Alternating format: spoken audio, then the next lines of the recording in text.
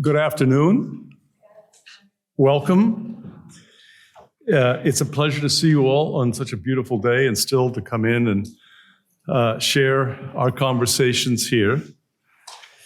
So welcome to Energies and Imagination, Hypotheses for a Present in Transition.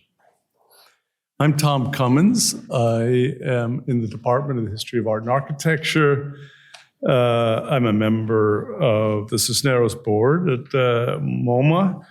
I'm the co-chair with my colleague Bruno Calaballo on the Arts and Faculty Committee at the David Rockefeller Center for Latin American Studies. And I'm the director of Dumbarton Oaks. And I sell bric-a-brac by night.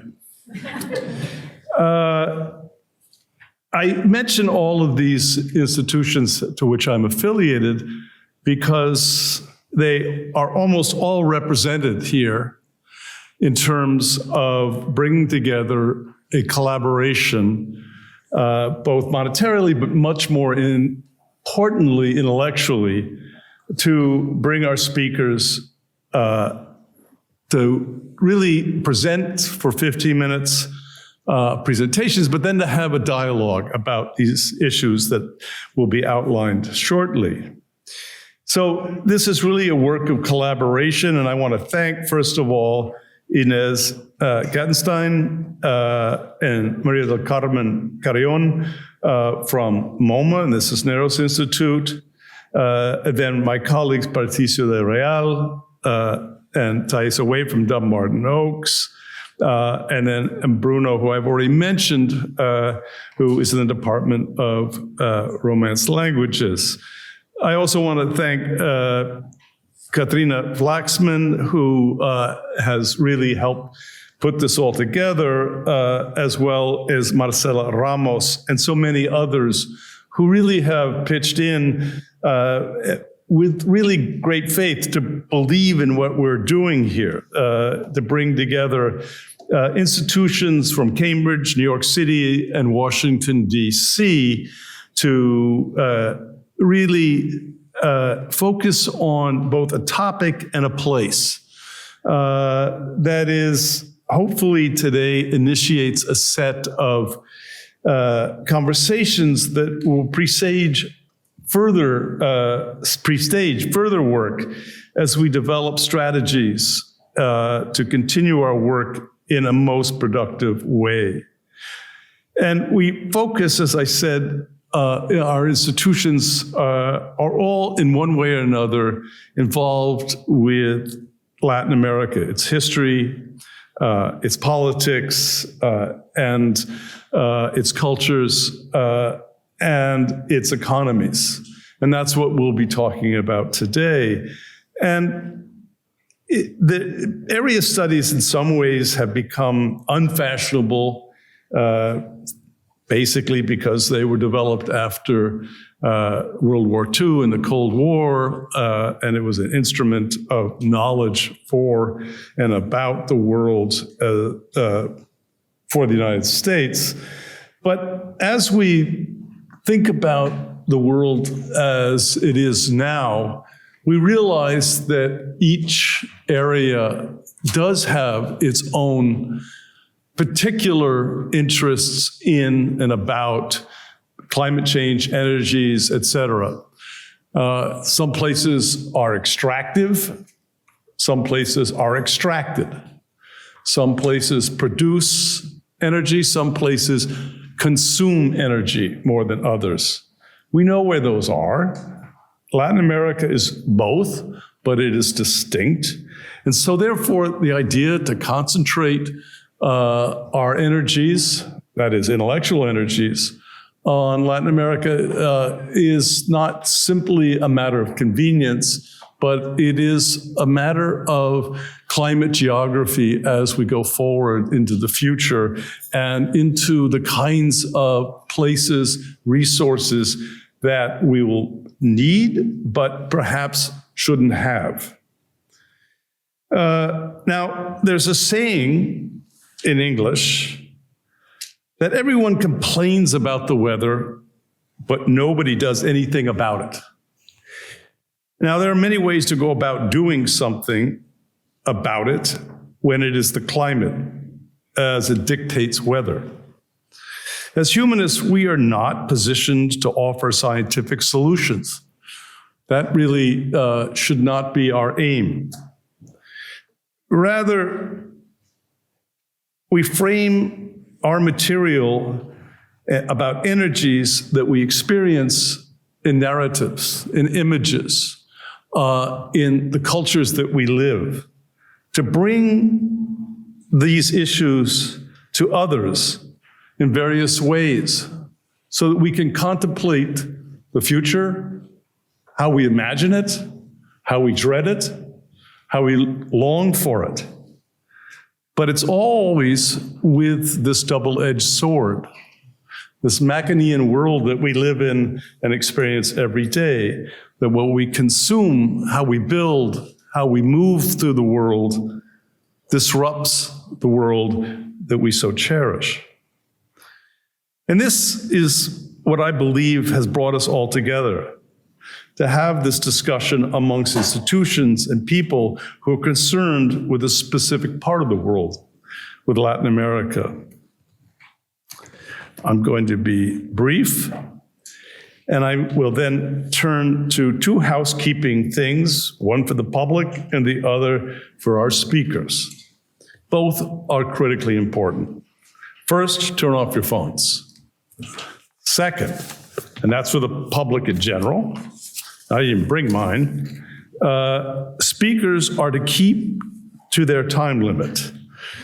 It's a full roster, and our most important element will be the roundtable discussion with questions and answers, for which we have allotted 1 hour.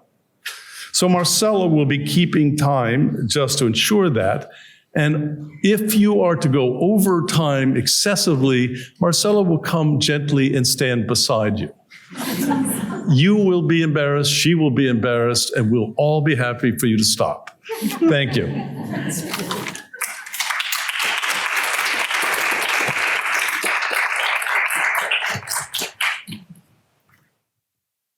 So hello, everyone.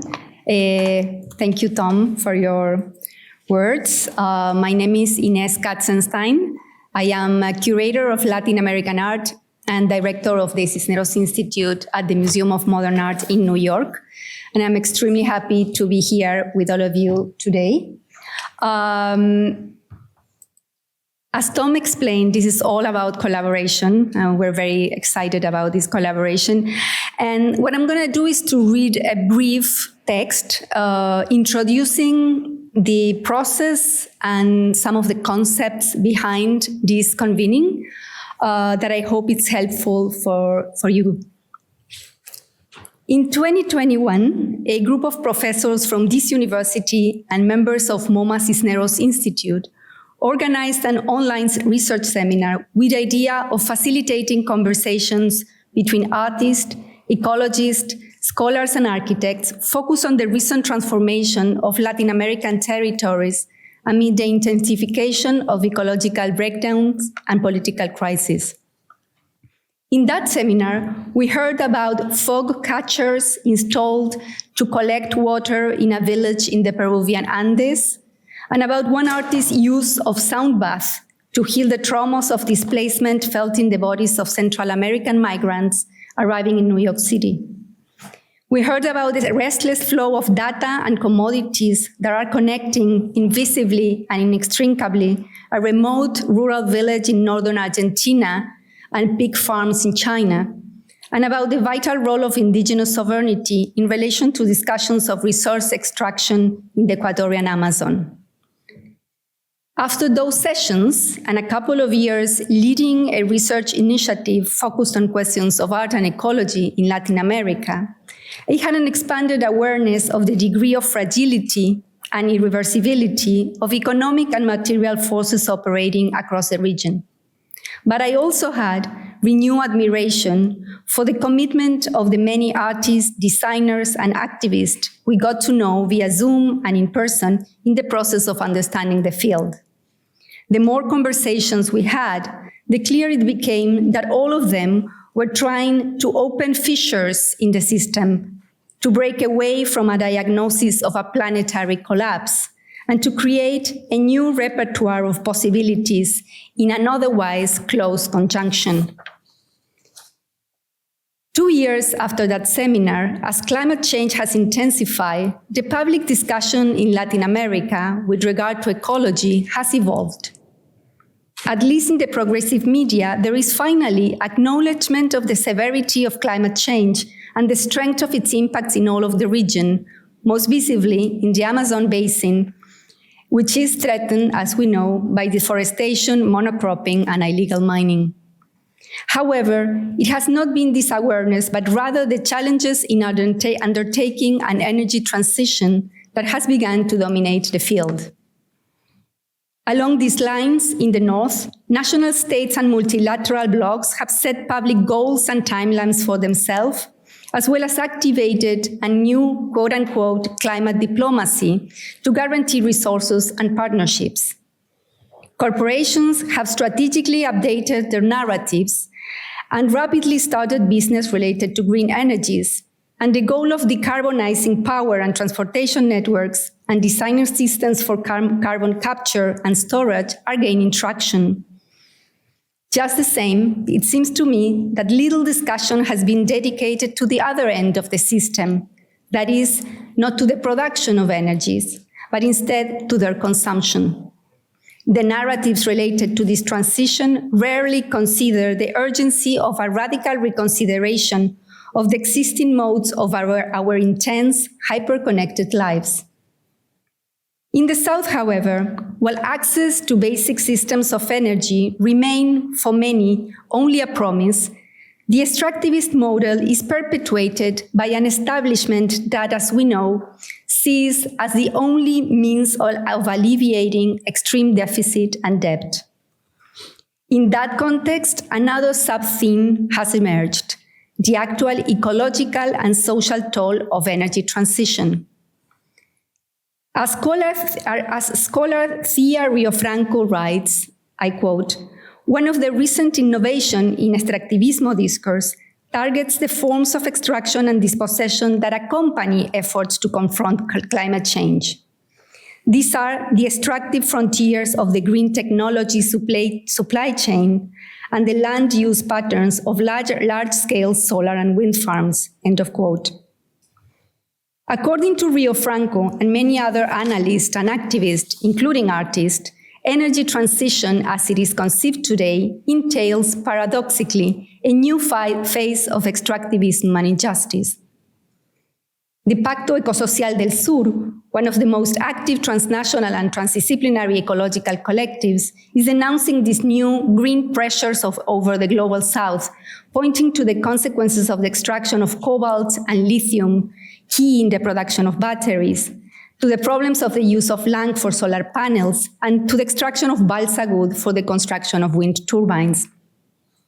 According to Maristela Svampa and Breno Bingel, who are two members of that collective, this so-called new energetic colonialism, I quote, condemns the peripheral countries to be zones of sacrifice without changing the metabolic profile of society or the predatory relationship to nature.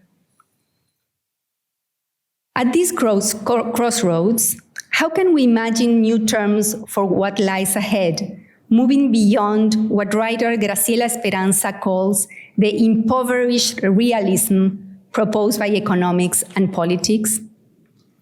This question, insofar as it pertains to art, to design, and to architectural practices, is one central aspect of this conference. Along these lines, today we will hear about new ways of thinking critically and poetically about the wind, the sun, the cloud, the night, fog, and dreams. But there's more. After pandemic exhaustion, with the confirmation of an increasingly uncertain ecological future, with the growth of fascism and wars, how do we locate the sources to renew our own subjective vital energies? I'm not referring here to the availability of energy to charge a cell phone, but rather to the energy necessary to regenerate our spirits, to find desire or enthusiasm.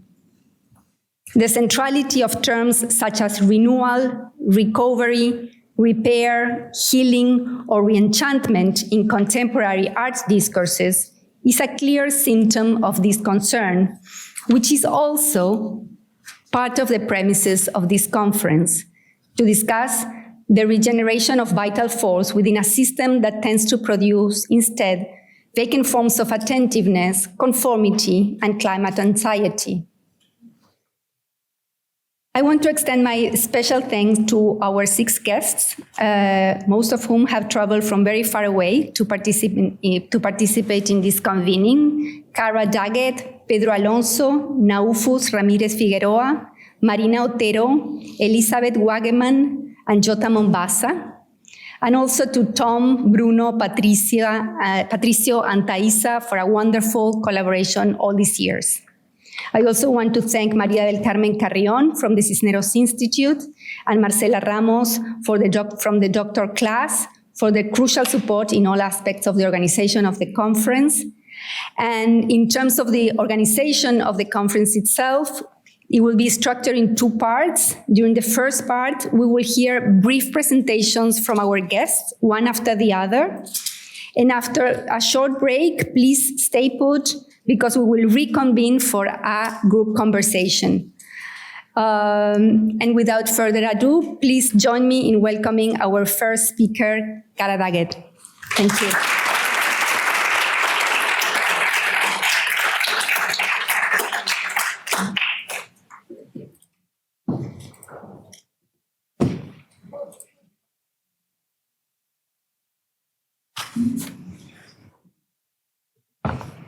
Thank you. Thank you. It's a real pleasure to be here joining you. I study political theory and history, and I got into energy by asking, how did energy come to mean fuel as the problem of the world? And this ended up being about the history of science and technology, because energy really comes to mean fuel and energy in the 19th century and the struggle to make steam engines more efficient with the science of thermodynamics.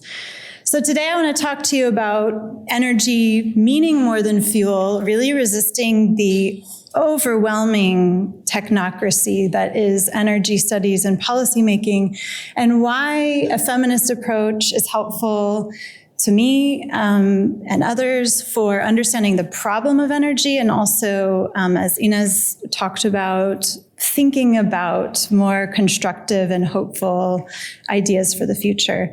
So first, energy is more than fuel. I think energy, all of us probably maybe instinctively know this because it feels like a capacious word, and indeed it was a word mostly for poets before the science of energy in the 19th century. But at that point, energy becomes energy, a scientific knowledge, really the basis of how we understand change in the world in physics. And it has 2 parts to it. The first law of thermodynamics, which is that energy is the thing that stays the same through all change. And then the kind of self-contradictory second law, which is entropy, things fall apart. So it might stay the same, but it can do less work or useful work. Over time, spontaneously, energy tends to diffuse. And the argument I ended up making and coming to was that these ideas about energy enter the world, again, in a drive to make steam engines more efficient, and really get married to this Anglo, very parochial philosophy of work and commitment to an ethic of putting the entire world to work. So work, if left on their own, will tend to degrade, a kind of improvement narrative. And energy lends a scientific justification to this project. And really this remains kind of a dominant, I think, moral underpinning to what feels like a very technical pursuit of fuel today. So one way to resist the technocratic thinking is just actually to bring data to the data fight and say, well, really technology doesn't have an answer to the problem of energy, which I'm going to show you some charts now. First of all, if you think about energy transitions since the 19th century, it's more accurate to call them additions. When we have new forms of fuel come on board, they tend to just add to the overall consumption of energy. And so some people now say, well, there's a lot of people in the world who don't have enough energy, so we do need more energy because for justice reasons. But recently, some ecological economists have done some interesting modeling, sort of disproving this. And I'm not going to go into all the details of this chart, but these top lines are showing the International Energy Association's or agencies' projections for, ongoing increase of energy. And these green and blue arrows are pointing to two different models, trying to say, how much energy would we need for a decent life? And if everyone had that much, how much energy would that be? And one of the models is like about 40% of current energy consumption, pointing to an argument that the real problem is inequality. The reason we need ongoing increase of energy is because if everyone's going to have enough energy and people at the top are going to continue consuming so much more energy than everyone else, then yes, you do need ongoing growth. So really, with this data, we can see this is a political problem. It's certainly not only a technological problem. So we need people like me. This is my pitch, where we need humanities and social science in the room. And why do I think feminism is helpful? So this is when I often say, if energy is more than fuel, feminism is more than women. When gender enters into energy studies, it usually looks like this. Attention to women facing disproportionate harm, more likely to face energy poverty. And these are real feminist concerns, and they are very important concerns. But just as adding solar panels doesn't solve the problem of energy, neither does, for example, adding women to the boards of energy companies or having more women engineers. Not that those are bad things in and of themselves. I think what we miss here is that feminism is also helpful as bringing expertise in the study of power and a theoretical understanding of the whole system itself, how it works, how this inequality is structured. And I think in particular, feminism brings a lot of knowledge about how binary thinking upholds power, in particular around naturalizing certain things. And so I'm going to explain what this looks like and how I think about energy. And I'm going to use a chart that I adapted from a feminist named Nancy Fraser, who's written things like Cannibal Capitalism. And I've sort of applied her framework to energy. So most energy is studied in the site of exchange. I'm not exaggerating to say, I would say the vast majority of energy studies takes place in the sphere of exchange. What's the supply, demand, cost, and so on, kind of ignoring all the things that structure or make the market possible. And Marxists historically have helped to say, well, wait a minute, there's a whole sphere of production that happens to make exchange possible. And there's quite a lot of exploitation and that happens in the sphere that are important to understanding, for example, how profit comes to be. So then we talk about things like jobs and wages and class dynamics. And more critical thinkers, not just feminists, decolonial scholars, critical theorists of all kinds, have said, well, there's further so-called, Marx used the term hidden abodes, there are further hidden abodes behind the hidden abode of production that makes the sphere of production possible.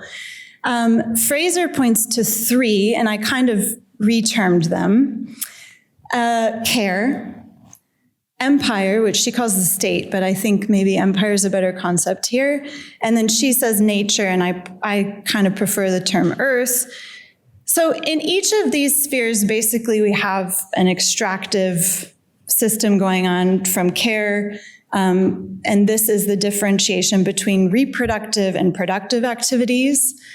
and from the earth as a source to be extracted from, and as a sink to be dumped into. And then the state as the violent force that upholds property and that naturalizes and keeps all these things which are really interconnected, that keeps them all separate. And feminist thinking is really helpful here, I think, especially around this distinction between reproductivity and productivity. And we can see it if we go back to the laws of thermodynamics themselves, this idea that things, if left to themselves, tend to kind of either cycle or slowly degrade. So in the 19th century, you start to have people, for example, saying like a waterfall is wasteful because it's not being put to work. It could be put to work better. You even see that today, like a forest could be doing, X, Y, Z, or isn't it so much more important now that we think of it as like a carbon sink? So trying this kind of improvement narrative. So basically care and the earth become undervalued, or these naturalized backgrounds, because they are reproductive according to this binary thinking, because they are spaces that can be improved upon and that should be better put to work. So taking this map of how energy is usually thought about, I've looked at a few different spaces of the contemporary transition. And for example, one thing I looked at was the way that this is defended when in crisis. So right now, this extractive system is in crisis for a lot of different reasons. And I looked at the forces that arise to defend this system. And in particular, I looked, for example, in the US at something I called petromasculinity. And this is the rise of the far right, and thinking about what is the relationship between the kind of obsession with sexuality and gender, the misogyny and anti-queer politics of the far right, and the support of fossil fuels and the resistance to climate change. And I want to argue that these things are related, and the turn to authoritarianism. And if you'll notice, and actually I wrote this before I did this whole thing with Fraser, but now I've noticed when I first put this talk together, that these correspond to those three hidden abodes. So we have the strengthening of the state and its violence. We have the effort to kind of ratchet down the household. And we also have this defense of an extractive model. But the right is not the only place we see a reactive defense of this system. We can also see this in what other scholars have called eco-modern masculinities. And these are the masculinities that say we can continue to have growth because technology will help us do that somehow. Somehow that will happen. It's really quite fantastical thinking. But I think it's also important to recognize why there still seems to be all these masculine affects around these practices.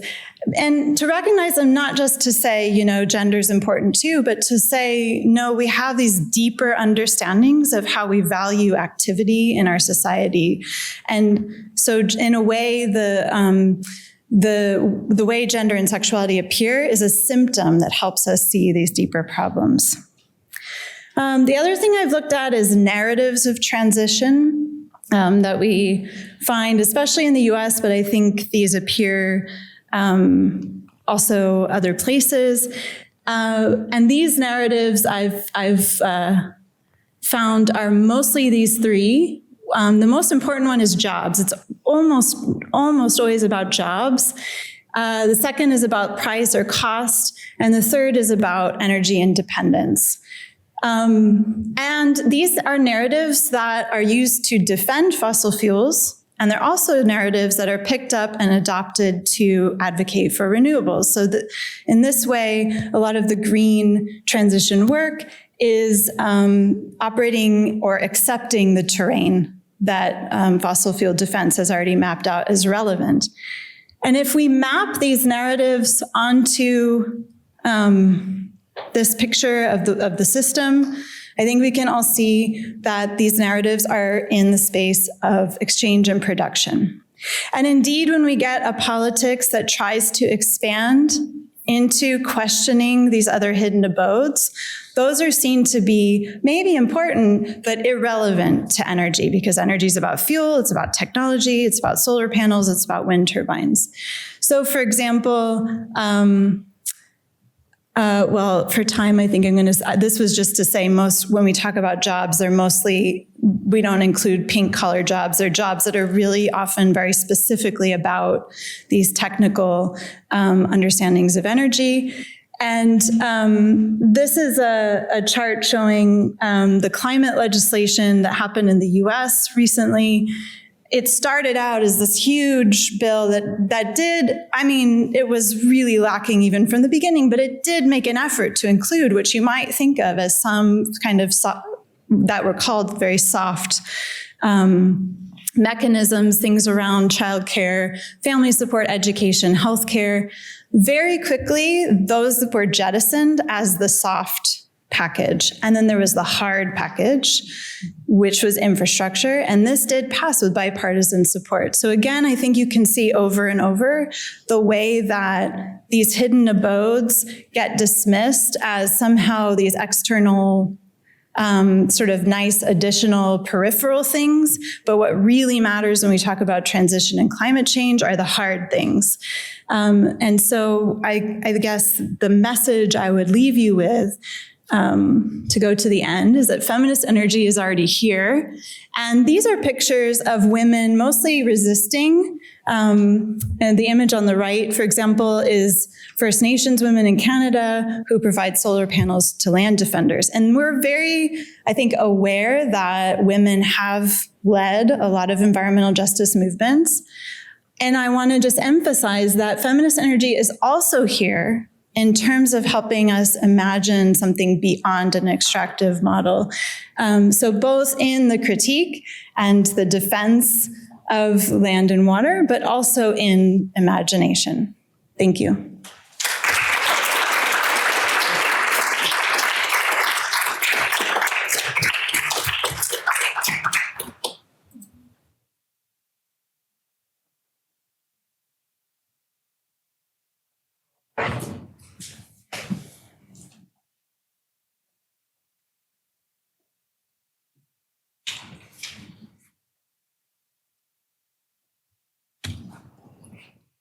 Good afternoon. I think we have to only with this. Perfect. Thank you, first of all, to the organizers for the invitation to be here. So I'm going to talk about a project that actually has been supported by Harvard, by the School of Architecture, through the Wheelwright Prize, and it looks at the future of data storage.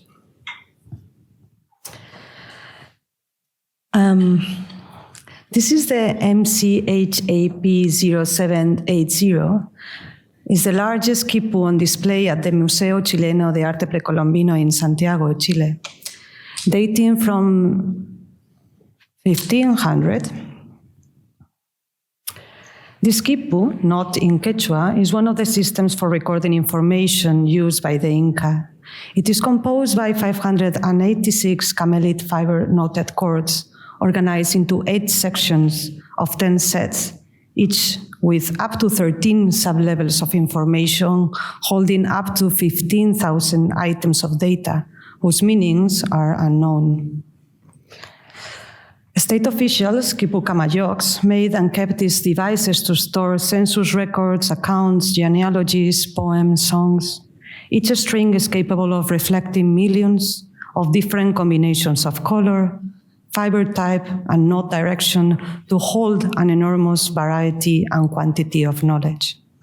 Together, these sequences create a coded system whose mathematical organization, many say, that anticipates the operations of a computer or a data center.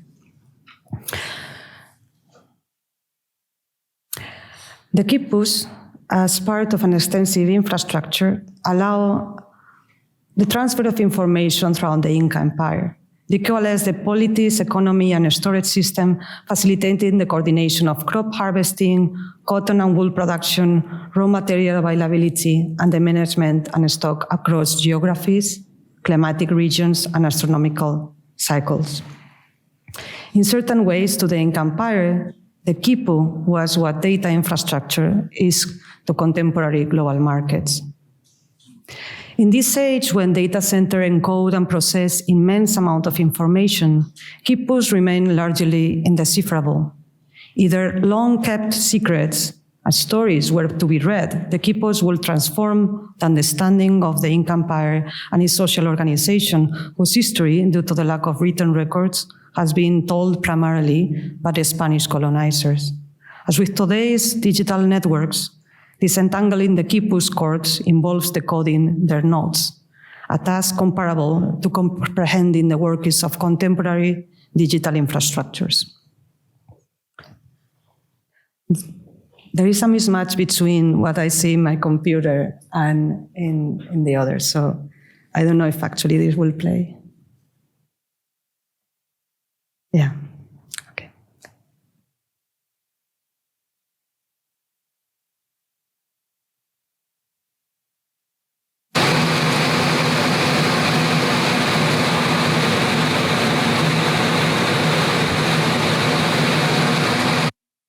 Sorry, that was intended. This is the sound of our data. And in certain ways, it's important to feel, hear the infrastructures that we all use and many times seem completely disconnected from us. So many times feeling the sound of our emails and also the temperature that emanates from those servers is important. Our information today is held in a network of data centers located in all the world. What we see in this chart is what Gartner has called in the report, How Much Is Not Enough. I think it's a fantastic title.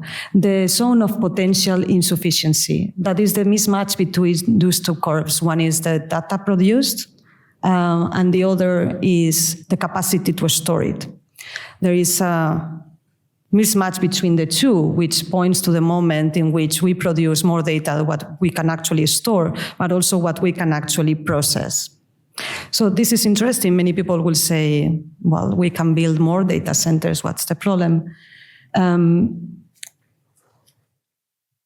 Okay, received. Well, the industry has built more than 8 million data centers in the last 10 years, which consume 3% of the global electricity and emit the same amount of greenhouse gas as the aviation industry. So if you are not aware that the data centers in their operations to keep the servers running are continuously consuming electricity, energy, and water for their operations and emitting CO2. Even when and I'm not trying to blame any of you, your images, those that are stored and you are not even looking at them for years, they are still storage and they keep on consuming energy and water.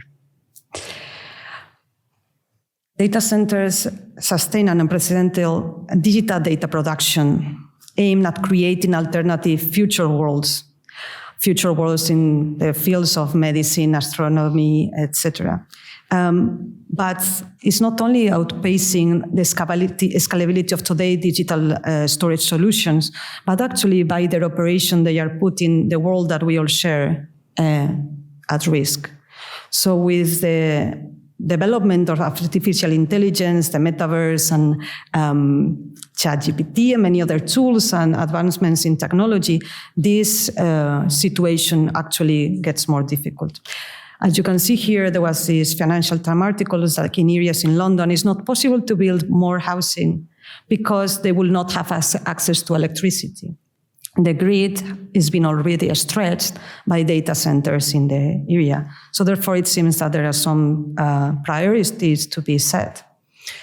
And because of these questions, governments have been pressured by local communities, environmental movements, and rising energy prices across the world. And in many cases, like in cities like Dublin, in countries like the Netherlands, but also in Singapore, there have been bans on the construction of new data centers until there are new models that acknowledge or find systems to consume less energy, water, and have less emissions.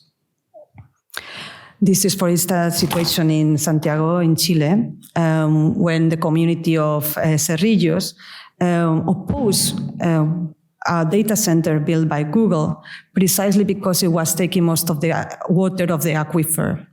And they forced the company to implement a different system for the refrigeration of the servers. At the same time, many companies try to implement forms of mitigation. In this case, is the urban forest in Quilicura that is trying to compensate the CO2 that was generated by the construction of the data center of Google. Although, as you can see, it will take many decades for the forest to actually be built and operate as it should be. And what is even more, like many companies make those investments in creating these spaces, but not for their maintenance, which in a way put them, again, these initiatives, a question mark. During the research, I've been locating or visiting different data centers around the world. These also centers that are implementing prototypes for storage. This is RISE in Sweden. This is one of the national institutions for thinking about data centers and their future. And they have different models to use surplus heat from the servers in, for instance, greenhouse. So our emails can grow tomatoes. But also grow worms, fish in fish farms, and dry wood that is later used as biomass. Of all these solutions, worms are the most successful of the three applications. Worms are fed to chickens, which will otherwise eat imported dry food, most of the times from the Amazon and coming from soy. The chickens are, according to RISE, very happy, and the process responds to a circular economy in the region. So where digital files generate heat, the heat generates worms, the worms feed chickens, and the humans eat the chickens, so we can send more and more emails. Part of the energy generated by the servers in Stockholm, in the capital, is transferred to the city heating network, which is quite interesting. So our emails can also heat homes. Actually, there are many researchers have been trying to work with the idea of decentralized data storage mediums. For instance, what if our information is not held by big corporations, but rather in a distributed network, even at the level of the community. And this is one of my former students proposing something like having a data center under your window that will be part of a community infrastructure. Well, this is not so far-fetched. The company Carnot in France has developed this curators that is actually heater, that is a server as well. So the company provides you with free heat in exchange of you having this data center operating in your house. And they lend the space of different companies. What is not clear is what happens in summer when you keep on having the heating of the emails. But this is not, in our effort to, instead of, as Cara was saying, try to change the model of consumption, but find a technical fix, we are doing data centers underwater. For instance, the Chinese government is implementing in 3 different provinces in their 5-year plans this model for underwater data centers that use refrigeration, like through the seawater. Now, there are no any reports explaining what will be the impact of this dissipated heat in the ecosystems that are around the data centers. There are other plans to have orbiting data centers around the world, and that's been seen by different companies in the US, private companies, also people at NASA. And the European Union has invested quite a lot of money for companies like Thales, Aletna to develop this system. That is data centers that use solar energy directly from the sun. Obviously, they can dissipate the heat in the vastness of the cosmos. In the research, I've been also looking into different infrastructures that are the ones generating a lot of data. For instance, health, defense, surveillance, artificial intelligence, and astronomical observatories that are continuously surveilling the sky, looking for maybe ideas of the genesis of the universe. And in order to do that, there is a continuous flow of data that they generate. What is interesting is how this energy, this information is stored, if it is stored, and in many cases it's not even stored, it's filtered by artificial intelligences that retain the most part of the information and the other dissipates. But in the process, it's an incredible amount of energy being used for computational processes, this sheer computational energy. These are some simulations of the universe that are used by some of the supercomputer centers, in particular one in the north of the Spain, in Basque Country, that I'm working with.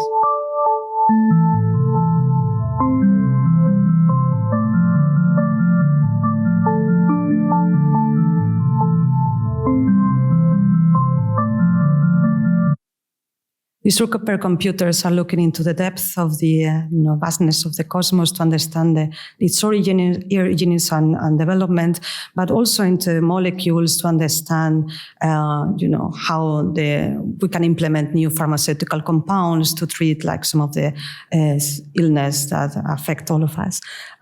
So in these two scales, this computational energy is continuously being at play to find, questions our compulsive desires for more and more information, and probably for good reasons, but there is certain compulsivity about our desire to mine the sky continuously for information. This is the same center. Was too loud, but I'm going to explain what it was without the sound. This is the fans that are bringing out all the heat from the supercomputer when it's operating. And obviously all this heat goes to the nearby garden, is not conducted to elsewhere. And the tree that I showed very briefly blooms earlier because it's confused. That's a beautiful story, but if you take it to a different scale, it means that there is a huge impact that has to do with computational power and the energy that takes part in that process and how it affects the environment. I'm going to skip, but basically to say that this compulsivity for extracting and going deeper into the ground, going deeper into the ocean, going deeper into the cosmos is something that we have to inspect also, because it's part of our search for more that in certain ways also affects our own relation with our bodies, a form of burnout and devastation that goes across different scales, from the planetary and even extraplanetary to the bodily. And I want to conclude, so sorry because I have a few technical issues. I hope we can finish the presentation. I want to go back to the quipu. This was found in a cemetery in Arica in Chile. And as I said, all this information that is holding this incredible device is not, the meanings are not yet known. In the early moments of colonization, the Hispanic writing was prioritized over the quipu system of strings, which was largely ineligible for the colonizers. Later, around the 1570s, quipus will achieve colonial recognitions or records, and some of them were translated. But the quipus were also used for forms of resistance and rebellion, because you would be able to pass messages through quipus that the colonizers will not understand. For that reason, they were finally rendered illegal, and many of them were destroyed. Many of them disappeared, and if it was true that there were some records that were kept, the representation of the quipus, or the quipus themselves, and the transcription were not held together, rendering the evidence, material evidence, illegible for us. Paradoxically, today's digital infrastructure is seen as a key to unlock the secrets of the quipus. There are different scientists and academics who are trying to use artificial intelligence to find commonalities and similarities across the quipus that are stored in different parts of the world, in Peru, in Chile, in Madrid, in Berlin largely as well, and to try to find and decode these systems. So there's like more than 850 digitized quipus around the world that are a de facto database that could be studied. But in my question will be like how these quipus actually, or the coding the information is not resorting again to this kind of colonial form of extraction. Because after all, what we have is it's just a representation of that organization, social, cultural, political organization that has been long disappeared. And retrieving the meanings will not bring it back. So against the compulsion to decode the quipus information and readily transparent, perhaps we can accept their inscrutability and recognize that what was destroyed by colonization was not only the knowledge to code and decode the quipus, but the situated social, cultural, and relations organized around them. In this context, I propose this idea of data mourning, thinking about archives, not only physical archives, but digital archives as places of loss, aspiration, desire, and the work of imagination. And after all, instead of thinking about a meaning or a medium for endless information storage that will take so much energy over time, as this image shows, our information over time degrades. This is a folder of photographs kept like 9 years without being open, and the computer was not able to read the code. So the perception of this code shifted, making it unreadable. So data corruption and disappearance demonstrate the interconnectedness between the digital and the physical realms. Over time, our millions of files will face the same fate that those ecosystems affected by their storage. Thank you.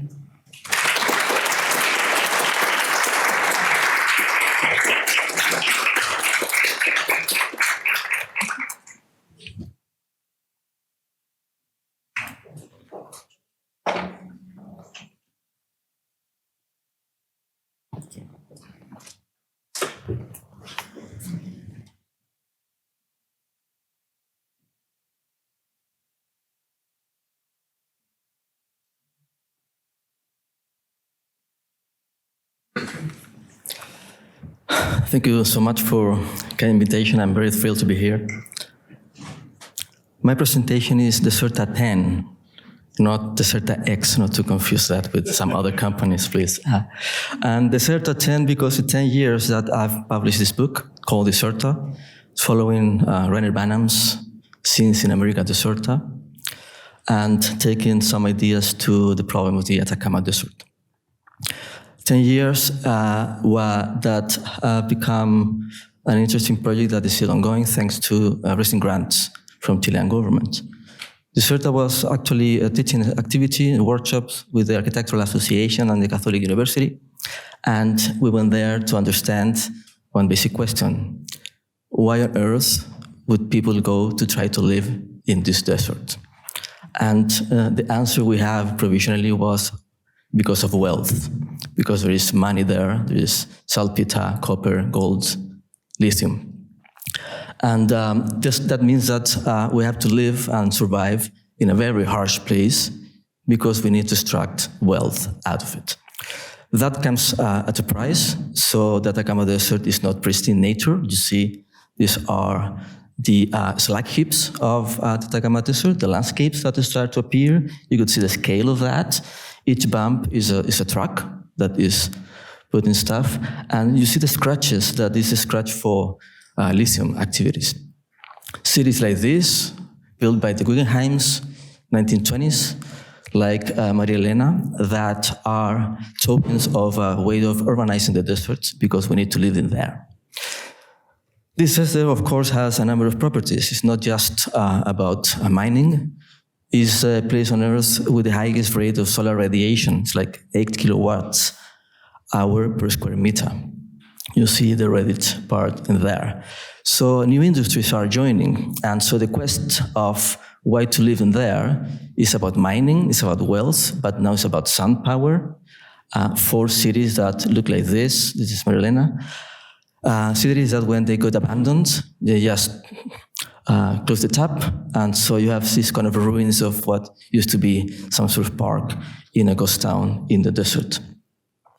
So this is a landscape, man-mount mountains that start to grow. This is Chuquicamata. The rationality of economy is such that, for instance, in this case, to grow the slag heaps away from the city was more expensive than actually destroying a city. So the city of Chuquicamata started to be covered by the slag heap, as we see in here. So that's the scale of the operation. And in a sense, we've been trying to understand then how to inhabit this and what's the scale of the infrastructure and the scale of the technologies put in place. This is a map we did some years ago. You've seen here Venice to see the scale of the slag heaps. Mountains that are artificial are real pieces of engineering, are like buildings that have shared scales and are mapping this. Now, of course, the Atacama Desert is not just one ecosystem, there are 3 different ecosystems, to the coast, to the center, and to the Andes. And within that, of course, we try to think, well, why still keep going there? Not only mining, tourism is important, astronomy is important, and also there is a part that I like to develop that relates to the coast and to the fog that is part also of the landscape. And so I wrote a piece for a book that edited Marina, which I called Evaporations. This is the book. And because basically one of the things that goes in there in regards to lithium is that in order to get 1 kilogram of lithium, you have to evaporate 2,000 liters of water in the Atacama Desert. So the place that is supposed to be the driest place on Earth afford to evaporate 2,000 liters per kilo to get lithium. So you have these large evaporation pools that Marina was showing too, and the way lithium is extracted, and again, new landscapes for this desert after the water is being evaporated. And the many people that goes there has been there to live and work for 100 years. So the second part of my work and what we've been doing with students and collaborators, we call it condensations, not evaporations. Because as I said, in the coast, there is what is called the fog oasis. It's a place 800 meters high on a cliff. So every morning, a large cloud enters the continent in the Atacama Desert. And that cloud is a cloud that can actually be catched by fog catchers. So in the same way that in a certain place of Atacama you evaporate, in here there is a possibility to actually think that we could condensate.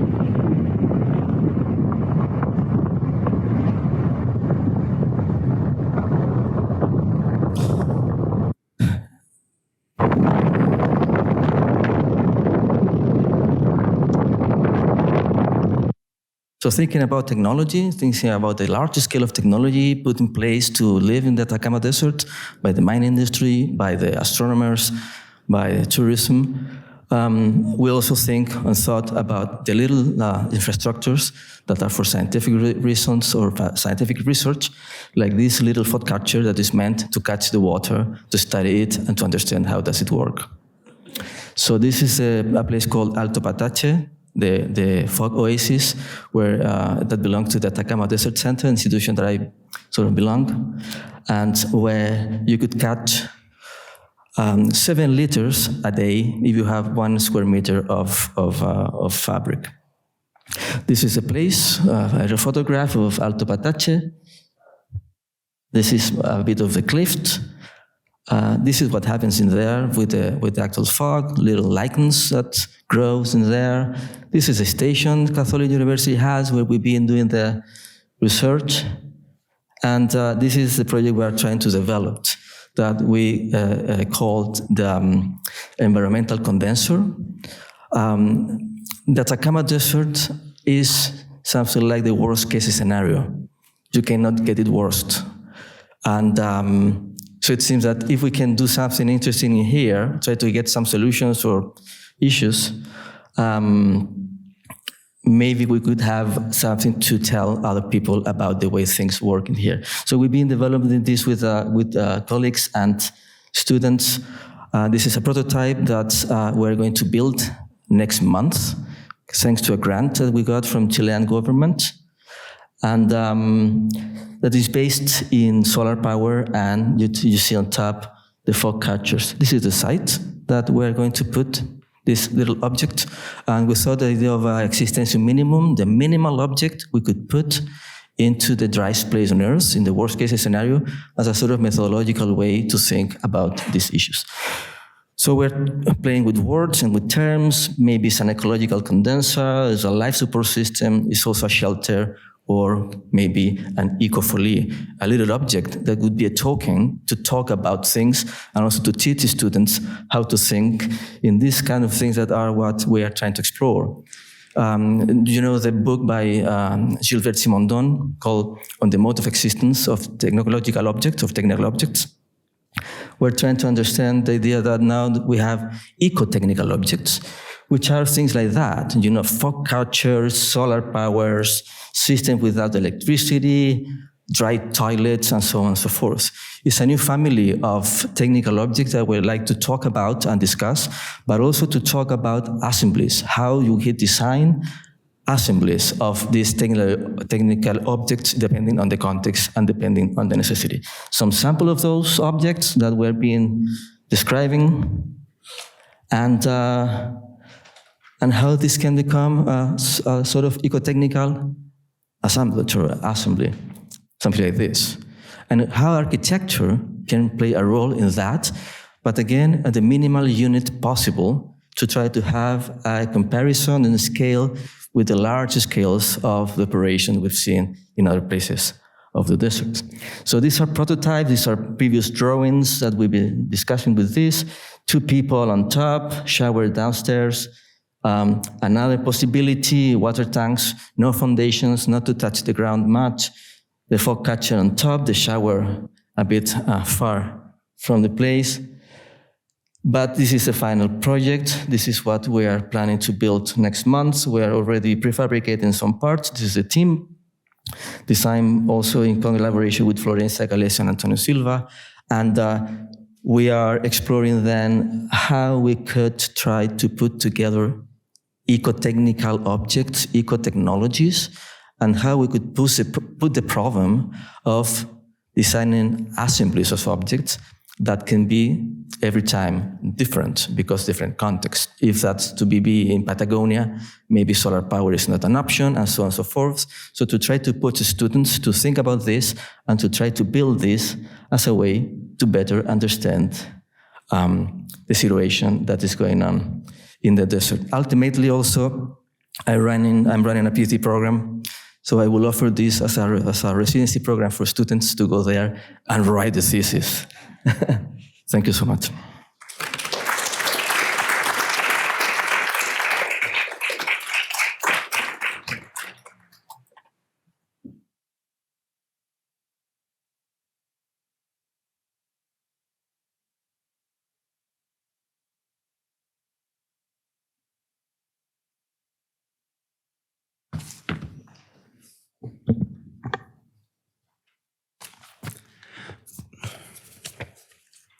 Hello.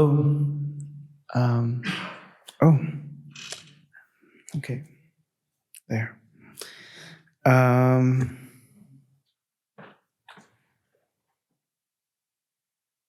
This is a picture of Izabal, and it's a region in Guatemala that the only part that Britain left us after they, took Belize.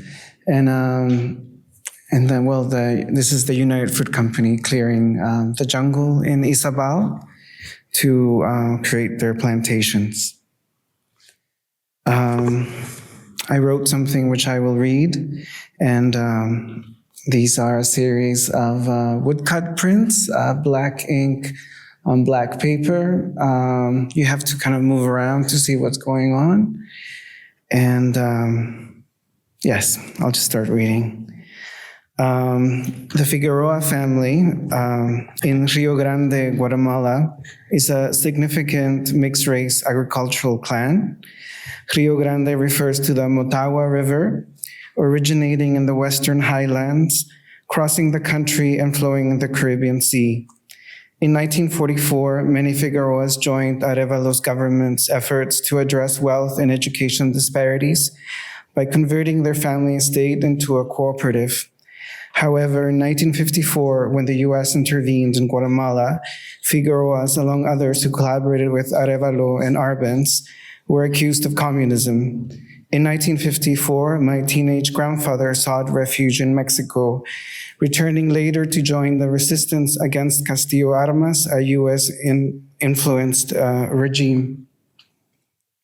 Upon his return to Guatemala, my grandfather rented a room in a rural hotel near the Honduran border.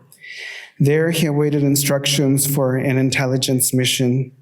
As night fell, a typewriter in the room, meant for guest use, inexplicably began typing on its own. Bewildered, he tried to stop it by moving the typewriter, but to no avail. Perplexed, he stepped outside for a smoke, watching as the typewriter continued to type, turning night into day. He could not sleep on it. The following morning, the hotel owner, noticing my grandfather's exhaustion, casually remarked, "I see the old typewriter kept you up." He then advised my grandfather to place a glass of water in the room with his hat over it, explaining that this would appease the ghost haunting the machine. To this day, whenever we feel spooked, my family and I use this glass and hat trick.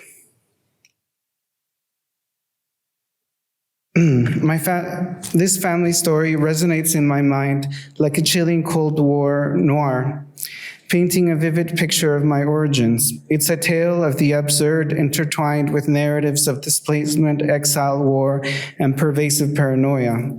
My grandfather met a tragic end, captured and tortured, as did many of my uncles.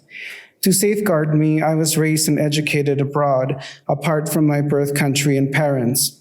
Upon my return in 1999, my mother was dismayed to find that I did not fit the mold of the person she had expected to meet. She perceived me as too sheltered and out of touch with the harsh realities of our family's origin. To broaden my perspective, my mother took me to Bananera, a town founded a century ago by the US-owned United Fruit Company on the banks of the Motagua River. This town had employed a branch of the Figueroa family for over 4 generations, mainly as banana harvesters and in various roles. During this visit, a young cousin, whom I met for the first time, gifted me a bunch of bananas. We brought it back to the cooler highlands of Guatemala, where my mother lived. Upon seeing it, she humorously remarked that it would never ripen since it was harvested green, playfully suggesting that it would only ripen if I kept it close at night, using my body heat.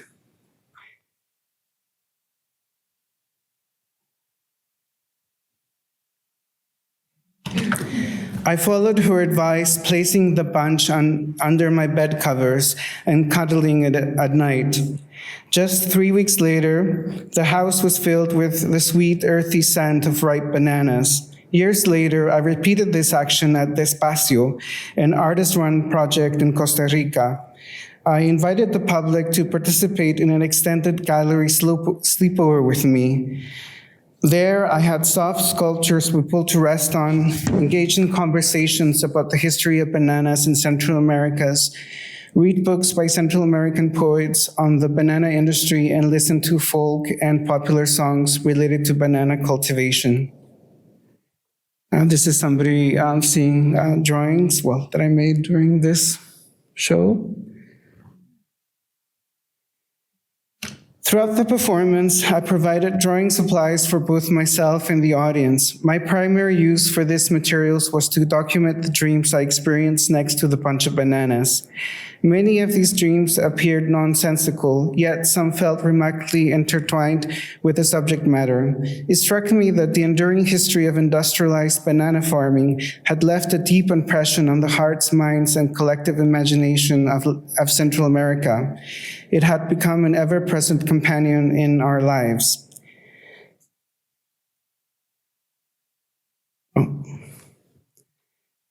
Banana cultivation may carry a complex weight, but it remains intricately woven, I say that word a lot in this thing, into the region's inner and outer landscapes.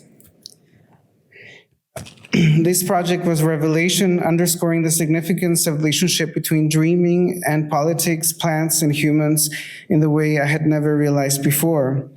An ongoing word has been on the anthurium of the region, many of which were documented as the land was cleared for railways and banana plantations. So these are, I do a lot of woodcuts. So these were originally woodcut panels, and then, I don't know, they became works in themselves. So you see the texture of the wood. Anyway.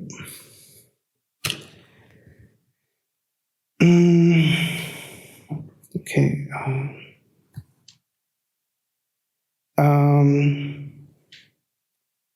These plants often exhibit endism, a biological term for species limited to small geographical areas. I view them as portals guiding my imagination and dreams along diverse pathways.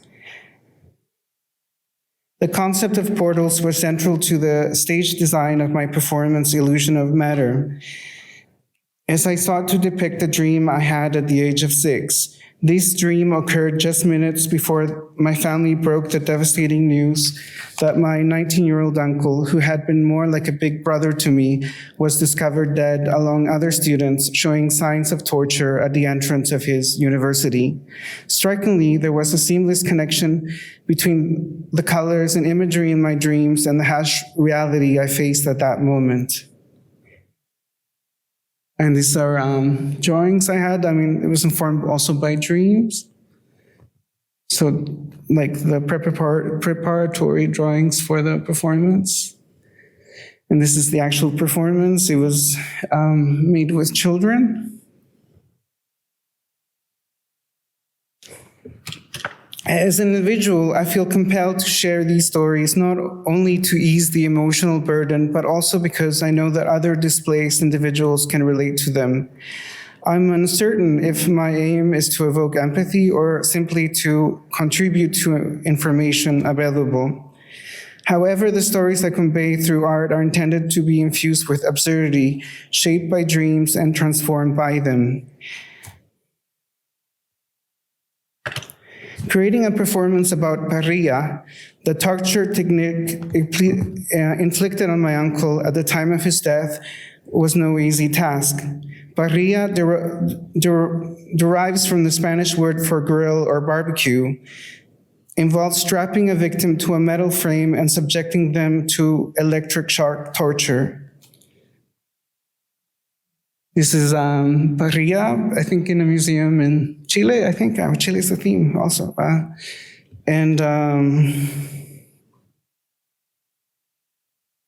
I pondered for weeks how to approach this topic in a way that wouldn't render me emotionally vulnerable and would be sensitive to my family. The performance was scheduled to be presented in Amsterdam by If I Can't Dance and at KW in Berlin.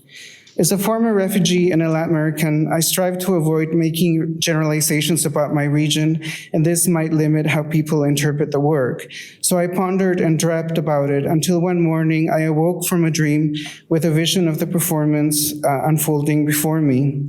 I decided there would be no artist statement accompanying it, as I didn't want to predispose the audience to view the work as something external to their own culture and context.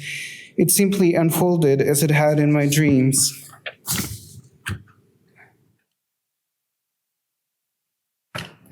arranged on the floor in a manner reminiscent of an emergency shelter, 6 dormitory-style beds devoid of mattresses and bedding, exposed their metal and wire mesh frames.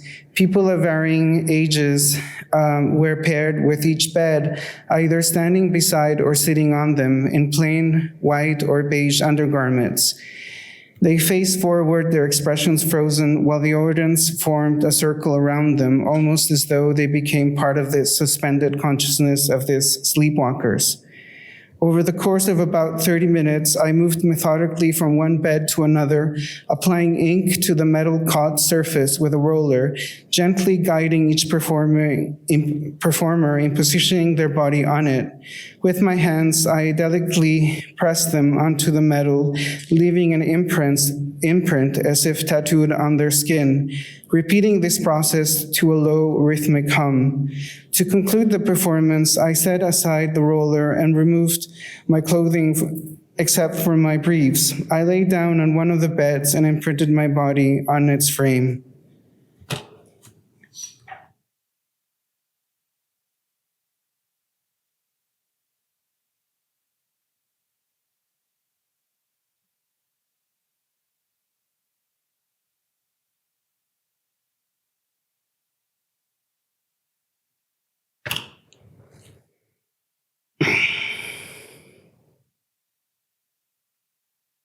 Afterwards, I joined the other performers to stand once again, forming a tableau, then exited the space in silence. The absence of contextual information and the stark nature of the printing process served as a metaphor, symbolizing the brutal torture technique, which I mentioned. Without printmaking as a sort of metaphor, this performance would not have achieved its intended impact.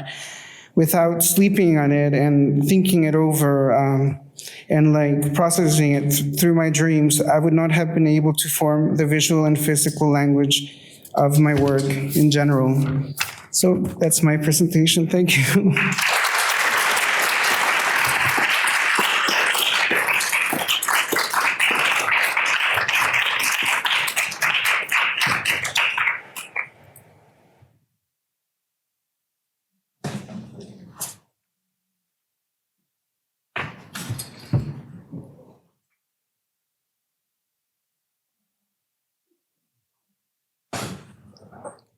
Well, thanks for the invitation to participate in this conversation. My name is Elizabeth Valleman. I have a British name and a German surname, but I was born and raised in Chile, speaking in Spanish, so I have never said my name correctly in any language, so don't worry, you can say it anyway. So my family traveled from Germany in the 1920s to Argentina, and then they moved to Chile. And there were not many differences in terms of landscape or maybe geography or vegetation, but something was really different and new. In Chile, the ground shakes. The ground moves literally because we have earthquakes. So my grandma, she's going to turn 100 years old next week, and we're going to have a big celebration. And in her life, she has lived 8 earthquakes of magnitude over 8. So one of them, for example, in the 1960s, it was the strongest, the largest earthquake measured in the history of humanity, since we can measure earthquakes. It was 9.5. It was so strong that it changed the landscape. So in some parts of Valdivia, the land fell for 3 meters, around 3 meters, creating new bodies of water. And recently, probably you have heard about the 2010 earthquake and tsunami. I also lived that experience. And it was 8.8 in magnitude. It was so strong that it tilted the axis of the earth in 8 centimeters. So in Chile, we have learned to live with this. This kind of strong earthquakes, we change our seismic building codes. We have learned to design and to include some solutions in our buildings to cope with this type of events. So we have learned to be prepared for uncertainty. It's not really uncertain because we know that they are going to happen at some point. We don't know how strong or where exactly. So it's uncertain in some way, but not that much. But now we have different events and we are not that well prepared for those events. And probably you also are facing very similar situations in different parts of the world. Drought, floods, wildfires, and heat waves, all of them also in my country. So what are we going to do with this? As an architect, my approach is always trying to see solutions or alternatives from the built environment and our role in the cities. And in the face of earthquakes, we have learned how to cope with uncertainties. And in this case, with climate change, we also should learn how to cope with this that, as I said, are not as uncertain. We know that we are going to have different weather, extreme events. We know that they're going to happen, so they are not that uncertain. And we think that we need to shift our focus on not more about learning or understanding uncertainties, but taking action, knowing how to cope with those uncertainties. On the one hand, we have supporting biological and ecological adaptation. We have adaptation in terms of society, how we adapt for these modifications that we're going to have in the future, but also mitigation, that means addressing the causes of climate change. That means reducing the sources of emissions and also increasing the sinks of greenhouse gases emissions. So this brings together us in this conversation today related to energy efficiency, renewable energy, and that area of the actions that we can take for climate change. So again, focusing on cities, I think we have an important role, and cities, for example, are 70% of energy-related emissions are produced in cities, so we have an important role in the way we design cities and how we react, how we use the cities. And 60 to 80% of global energy use is associated with urban areas. And that's not a surprise because urban population is connected in general to electricity grid, and energy systems still are highly carbon intensive. So cities are part of the problem, but also they can be part of the solutions, and we have a role in terms of design also to cope with these changes. So I think that we need to move from only changing the sources of energy. I think we have to think not only about that, but the way we consume energy. And I think in terms of urban design, I think in two options or two very strong actions that we need to take. So the first one is to stop with urban sprawl. I think it's really important to, and I relate to the first presentation, Cara, ¿cierto? So we need to stop designing cities or growing cities that are going to extend the land, and that we are thinking about expanding in this only residential use that is also going to be used by individual cars. And it doesn't matter if we have electric cars, we are still taking more energy, more land, more consumption, more pavements, more infrastructure. So we need to think about decreasing in terms of how we plan the future cities. And also, I think that we need to design in synergy with the natural context. I think that is very important. This is not new. In the 70s, the 60s, they have been very strong visions on how to incorporate these into the cities, but we haven't done it really well yet. So I think I'm going to focus on the second action that I think is really important for the future. First, integration with environmental conditions, with new technologies. I'm not saying that we can't include them. Of course we can include, but using the nature as part of the design. In harmony between settlements and local environment, using physical and technical parameters. And also urban design can change behavior and energy consumption patterns. So including bioclimatic studies, wind direction, study of microclimates, solar gain, water courses, building materials. We have so much that we can do and we are not doing at the moment in terms of designing in synergy with nature. For example, I'm going to focus later on coping with urban heat islands that we have in many cities. So in that line, we have nature-based solutions that are part of one of the alternatives that are very, not trendy, but it's being discussed today. That means that using ecosystems, that are the infrastructure of the ecosystem, to cope with challenges in the society, disaster risk reduction, economy, and trying to balance human well-being and biodiversity benefits. So these nature-based solutions can help us to reduce emissions and enhance carbon capture and sequestration in ecosystems. It is applicable to a range of sectors, not only cities, of course, agriculture and other areas. And they have multiple co-benefits for biodiversity, including human and ecosystem services. And of course, there is no one solution.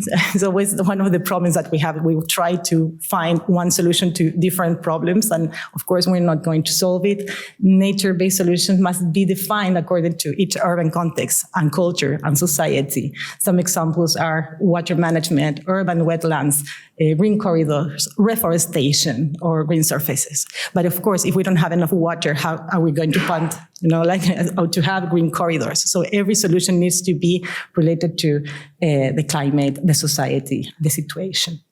So as part of the Scientific Committee for Climate Change from the Ministry of Science, I was in charge of writing part of the approach from cities to these nature-based solutions, an approach to find long-term climate strategy to be reflected in future nationally determined contributions.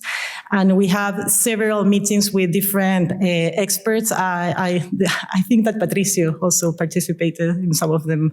The other Winkler is somewhere there. Well, participated in one of them. And so we had several meetings with experts from landscape, ecology, architecture, engineering, to try to find why we are not including nature-based solutions in the design of cities. And we found that there were gaps in governance, technology, and knowledge. Because I'm stepping here as an academic, I'm going to focus on the knowledge gaps. So we found that contribution of roof, patios, and gardens to CO2, we don't know how much we can produce and sequester in terms of CO2 and energy reduction. We need to characterize the origin of native vegetation also, because the climate has been changed. Something that worked like 10 or 20 years ago in some part of the country now is not working anymore. So in terms of ecology, we need to characterize that. We need more studies that evaluate the reduction of urban heat islands, and I'm going to show you some examples that we are doing now, and understand local factors and building characteristics. Measure temperature to evaluate water uptake. As I said, like some plants, they need more water, of course, and to have also temperature, to measure temperature to understand heat island reduction, green roof surfaces, or reforestation. And at the end also, we found that we have little information on how to incorporate this in our designs, in our students, how we are teaching our students to make designs with all this information. So in my laboratory, the Ciudad y Territorio at the Universidad Diego Portales, and in collaboration with the Materials and Prototypes laboratory there, we are focusing, in the last year, we have been focusing on learning about urban heat islands. They are an accumulation of heat because of concentration of people and urbanization. In general, these urban heat islands, they have 5 degrees Celsius higher than the rest of the land around, or 9 Fahrenheit, contributing to the demand of cooling. And also, that means an increase in the use of air conditioning, and that at the same time, air conditioning produces more heat into the public spaces. So it's a cycle that is a vicious cycles, that you are creating more heat, you are cooling, and then you create more heat, and then you need to cool more. So of course, they create discomfort and increase in energy consumption, and nature-based solutions can address these urban microclimates and reduce this effect. So what are we doing with our students? In an architecture, with the final year projects, what we are doing is teaching them how to measure the temperature of the spaces, the public spaces, with very simple tools. And as you can see there are some parts that have very different temperatures in terms of measure, but also learning how the materials that we are using in cities and in our designs change also the perception in terms of microclimates with very simple tools with thermometers. And you can see there are some parts of this, the area where we work in Universidad Diego Portales. We have an open university neighborhood.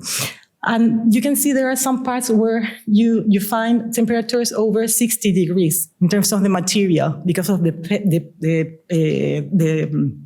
pavement or concrete or different materials. So the students are learning how to measure, but also including vegetation, learning about what are the different species of trees or different vegetation that we have in the city, and how when we put one layer on top of the other, how we can see that if we have that type of vegetation and that type of material, that can change this microclimate and also contribute to the island effects. So just to finish, some examples of the ideas that the students are trying to bring to include that information into their projects. For example, there's Lucia, she's working with thermal criteria guide for plazas. We have a lot of guidelines for how to improve the thermal characteristics inside buildings, but not for plazas. How we are doing to, how are we planning or designing these public spaces to be cooler, especially during those periods of time. Urban humidifiers. So one student, Alberto, he is very focused on if we don't have enough water in Santiago, how are we going to get water? How can we reuse or create more water when we have a scarcity? So he is studying water evaporation induced by human perspiration and sunlight, because there are some panels that can work with that. Or cold stations. Julieta, she's working with passive cooling by forced ventilation in subway stations. So using the air that comes from train stations to include in buildings using passive design. And also Benjamin, he's working with artificial wetlands through gray water reuse. This is something that also we are doing very wrongly, especially in parts where we don't have enough water. We keep putting together gray water with black water, and we should learn how to reuse these different waters. And finally, green roofs. Of course, these are the network of educational, in this case, green roofs.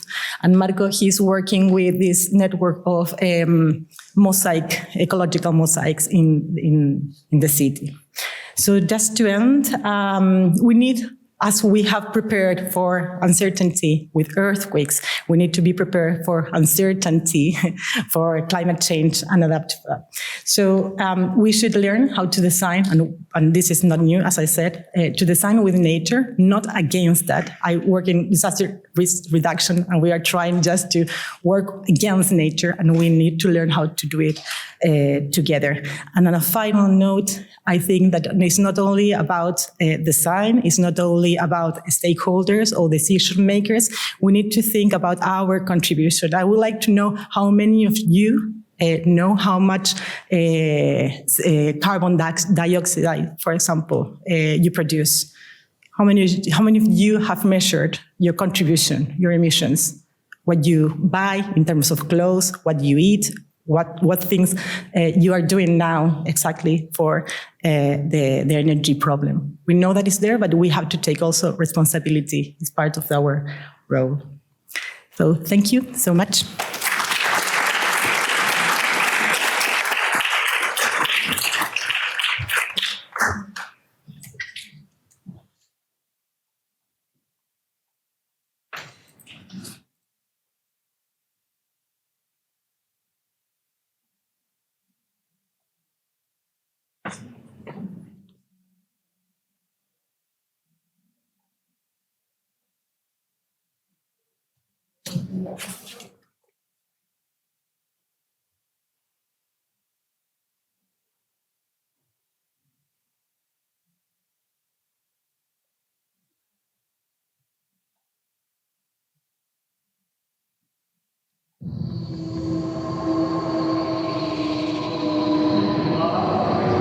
Vive da chuva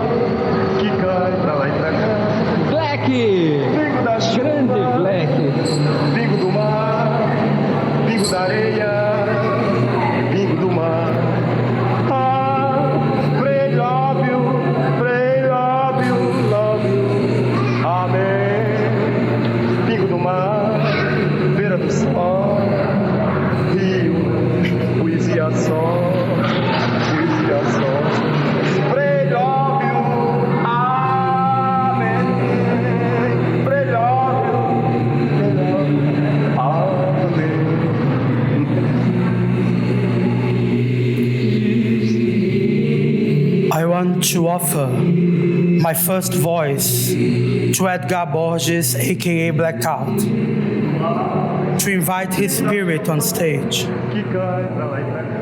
Black! Grande Black! Drop of the ocean, raindrop, falling from the land to the sea. Raindrop, drop of the ocean. Sand drop of the ocean. Ah, Frei, love you. Frei, love you. Love you. Amen. Ocean drop.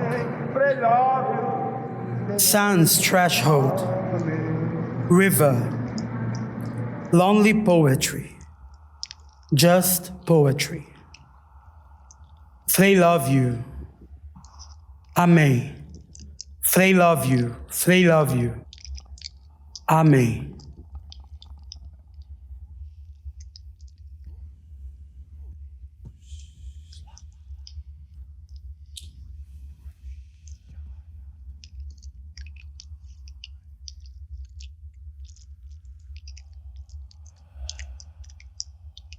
Where are these voices?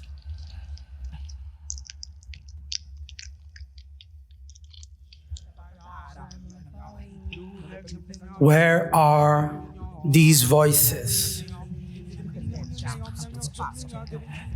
A blackout messes with our senses. Distance becomes relative when sound is the mediator. Where are these voices? When locality is lost to our body senses, a blackout then becomes a geography, a space or dimension potentially uncharted, and yet over-described and reproduced by modernity's light regimen. The odd thing is to produce a system entirely based on the self-determined point of view and absolutely dependent on a rigid diagram of forced social and energetic disappearances. In the settler's hand, a blackout is a weapon of war and domination, a form of violence that manifests a colonial fantasy.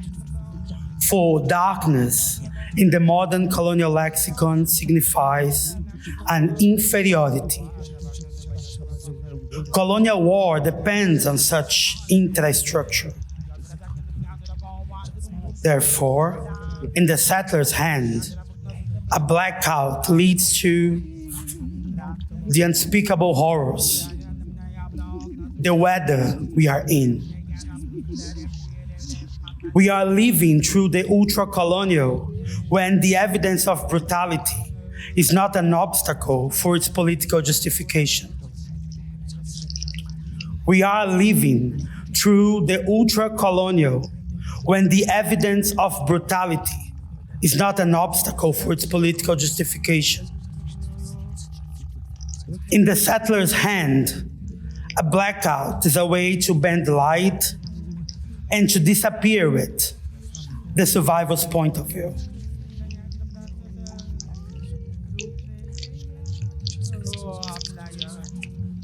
Where are these voices? How to pay attention to what is not there. How to make room for what is foreclosed. How to stay with the disappeared. To hold something in the dark. Hands, gut, skin. Embodiment in this case requires another form of attention. A blackout demands such a reconfiguration. To see as we hear, to hear as we touch, to touch as an act of extension.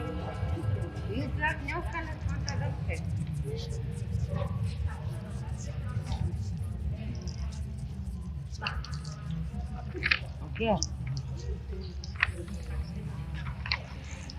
O hospital aqui está na maior escuridão, os pacientes tudo desesperado.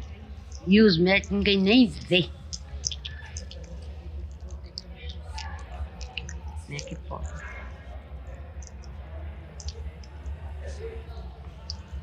Where are these voices, if not in the heat?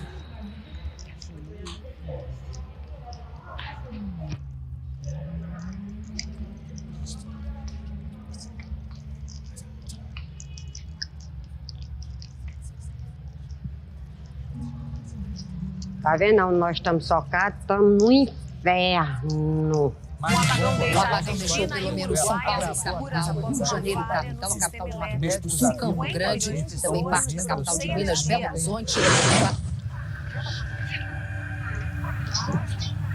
Meu Deus, tem outro nome. O OMS,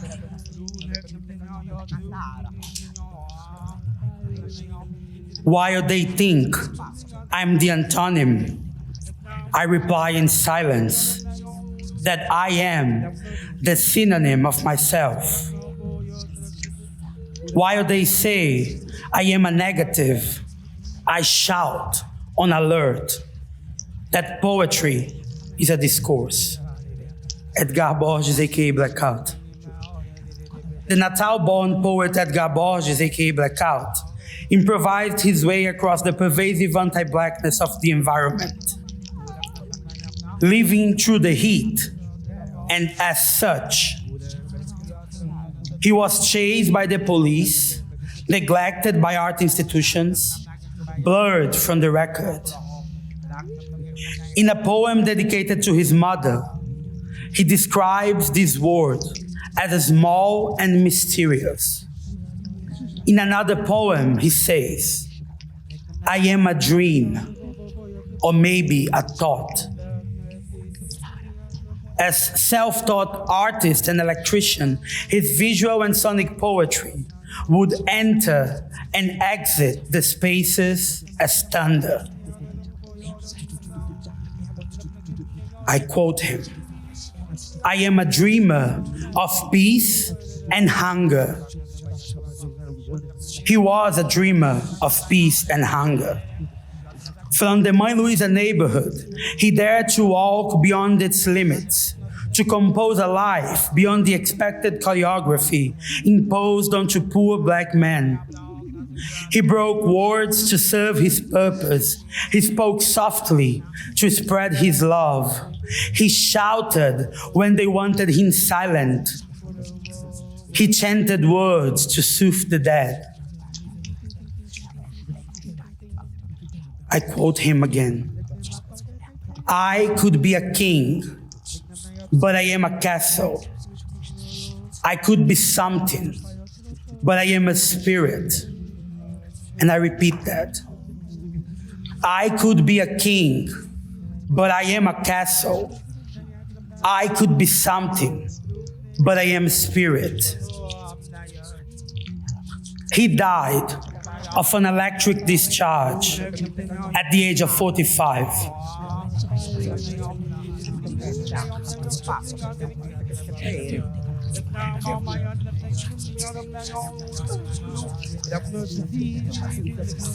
Lonely poetry, just poetry.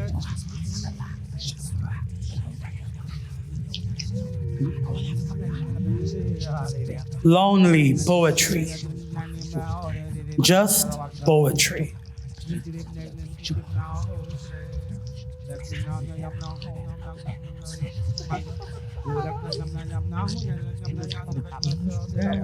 In the hands of a poet, a blackout is the passage to another cosmology, a creation right, a right, a place where peace waits to be found only by chance.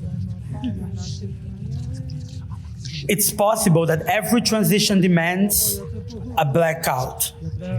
And maybe because of that, it's possible that every blackout holds a multiplicity of accidents and reconfigurations, a transitional state, not a promise, nor a miracle, not a moral stance, described by modernity as pure negativity. If liberated, darkness could be the home of unpredictable possibility, a transient stage, an assembly of ghostly whispers, a place where the disappeared gather to build the not yet. If liberated, darkness could be the home of unpredictable possibility, a transient stage, an assembly of ghostly whispers, a place where the disappeared gather to build the not yet.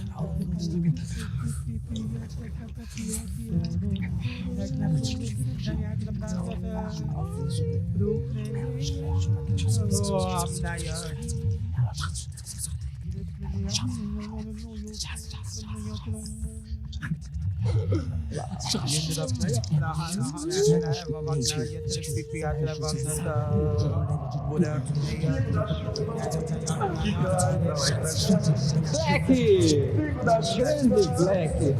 Pingo do mar, pingo da areia, pingo do mar.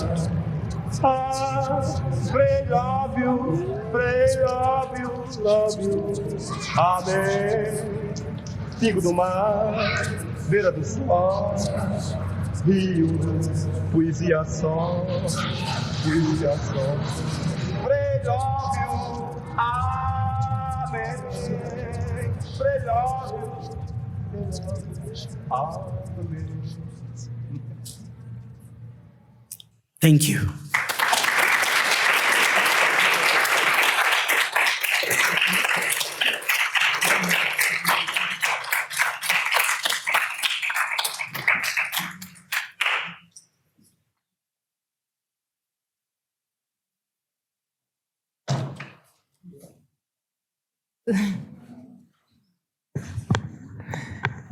Wow, thank you.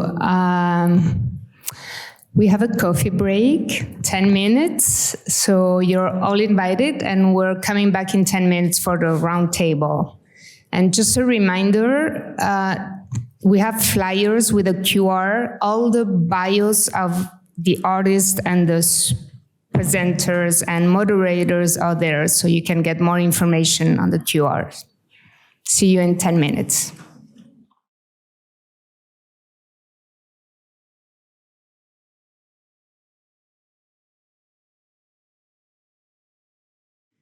Thank you all for sticking around and coming back. I'm Bruno Carvalho, one of the many organizers of this incredible session we've had, and thank you all again. So I was tasked with somehow synthesizing or finding threads connecting these talks, and well, I can't do it. I think I need a few sleep cycles to be able to absorb and assimilate, and I do think it's important for us to sit with the bewildering array of different ways of knowing, not knowing, learning, speaking, listening, dreaming, that we've all been exposed to. I will offer some reflections and an initial question to get us going. And the reflection is inspired by Inés's very brilliant introduction, where she pushed us to approach energy and energy systems thinking not just of production, but of consumption too, and sort of translating that to fields more familiar to most of us.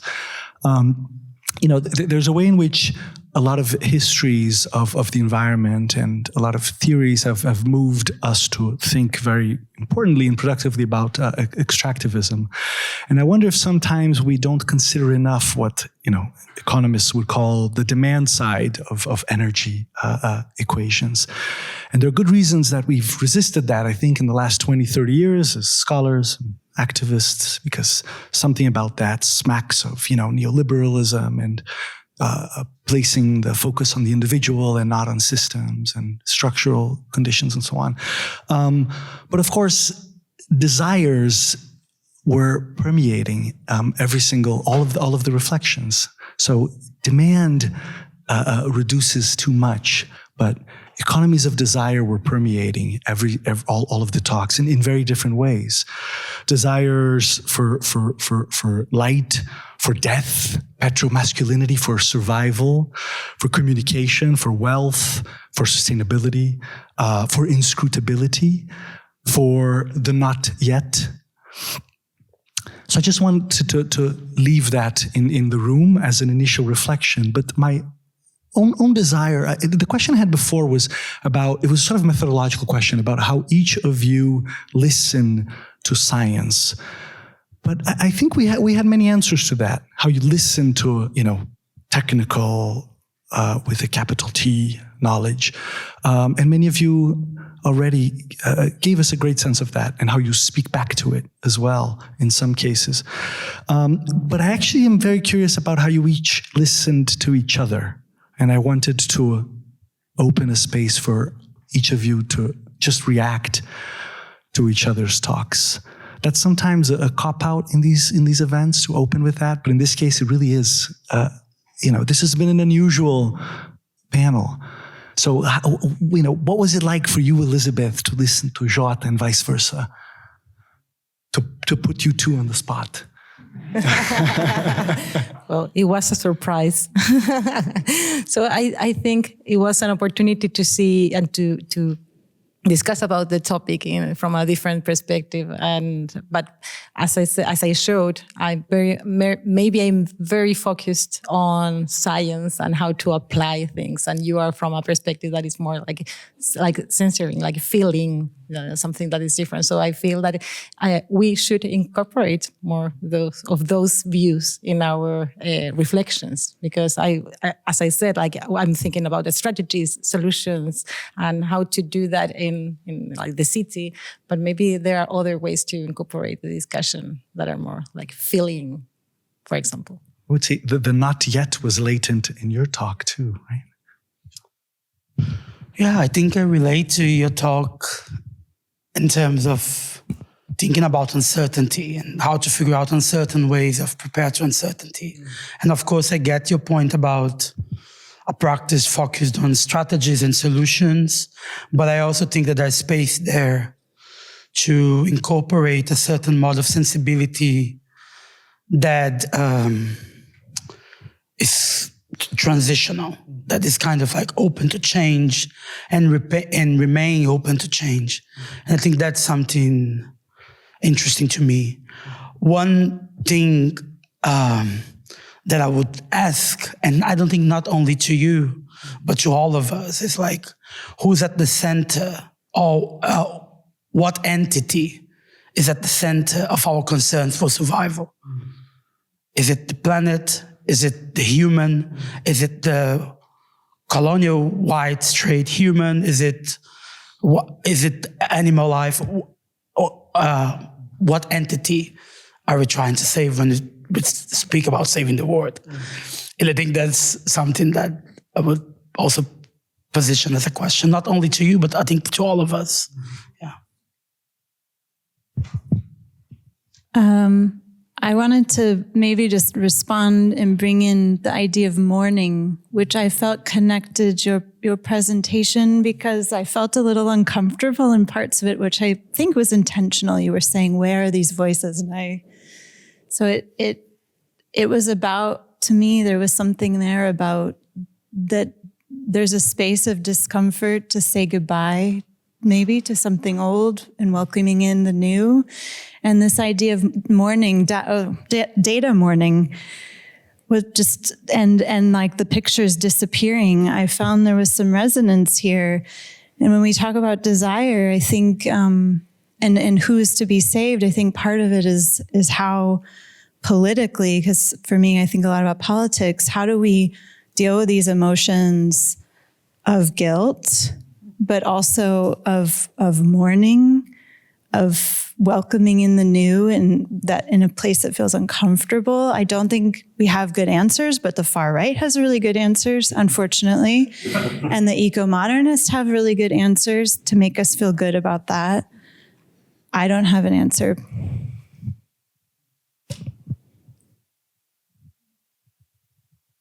Well, maybe about morning too.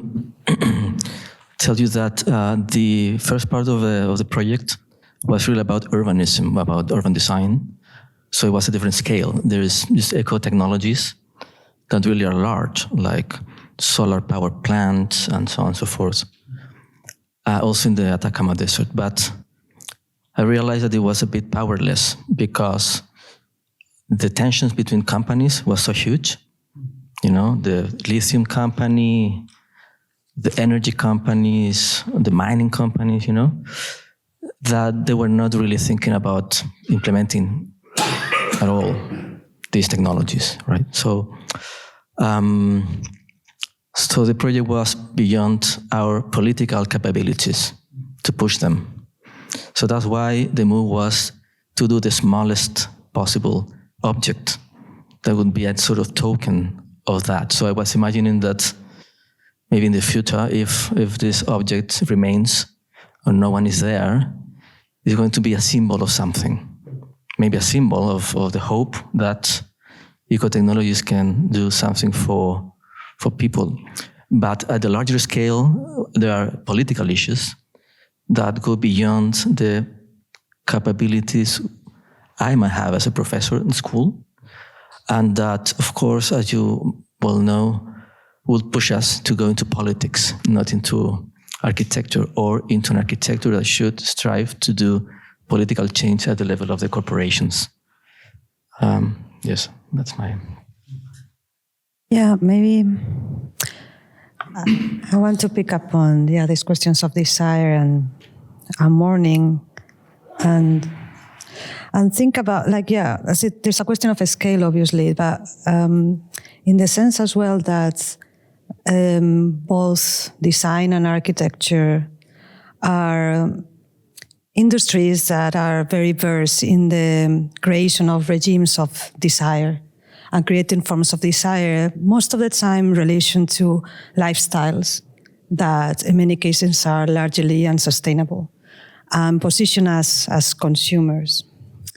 What I enjoy about art, and I think it was very clear from the presentations today, is that brings other forms of desire that open up other possibilities, other forms of living, other aesthetic regimes, other gaps, fractures in that positionality that we have as consumers, that our desires are always directed towards, an object, technology, more energy. And I enjoyed very much about this capacity for art. And I wonder always if architects and designers, we could also operate through those other desires. So can we mobilize other desires? And I think there's this desire for, this longing for this change. And as you were saying, that also will require certain mourning or letting things go. So in order to embrace or desire differently, there are things that we have been desiring that we will have to let go.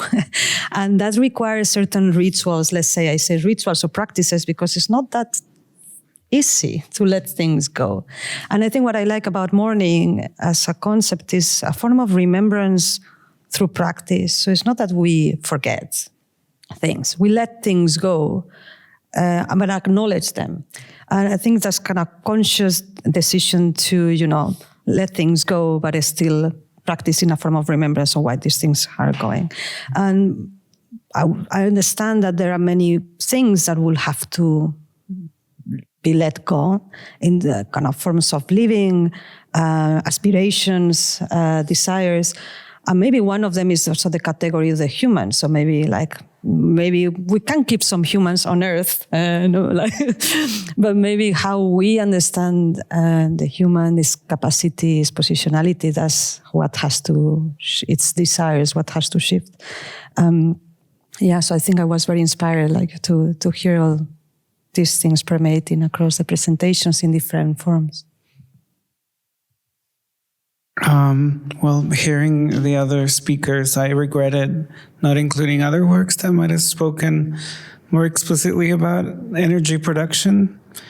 I thought about a piece I did for the new museum a few years ago, a non-logical piece, but about the effects of the making of the hydroelectric dam that supplies energy to Guatemala, and which resulted in this private foreign company commissioning massacres.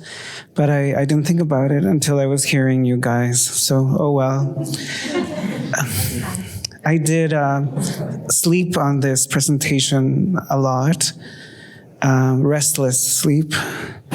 Melatonin helped sometimes, and so did edibles. But I loved my colleague Jota's presentation, because right now there's unrest and uncertainty in Guatemala, where I live. And I did, there's this thing, will a blackout happen? And what will happen in that blackout? Will the government try to put something over us? But then I think I can live with that blackout. I live in the second floor of my building. I don't have to use an elevator. And I do mostly sculpture and drawing and performance, so I don't really need a computer to do my work. But anyway, thank you. I was telling Jota that most of the operations and data centers are meant to, most of the different devices that exist are not only the servers are very small surface of the entire data centers, are like generators, diesel generators, lithium batteries, and all of that are to prevent that if there is a blackout, data will be interrupted. And so it's incredible the amount of energy, resources, and that goes into preventing precisely that moment of rupture that you were performing and inviting us to embrace. And it was very striking to see, how many forces are, holding on to. In many cases, the conversations were like, even if the city, like Sydney, is wiped out by whatever forces, this data center will be continue operating, holding data, who knows for whom, but it will stand. One thing that I found powerful, to return to the blackout, is the turn, which I think is present in all the presentations, to the affects, or even to this is phenomenological attempt of recovering. Like, for example, Marina, when you presented the noise, right, almost as a summoning, right, of technology, right, that we can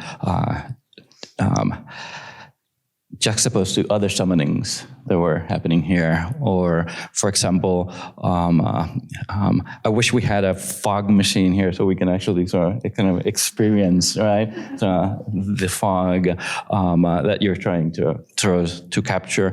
So, for me, I think it's like as a kind of methodological kind of tool, right? At least for me also, not only for as a technique to engage, right?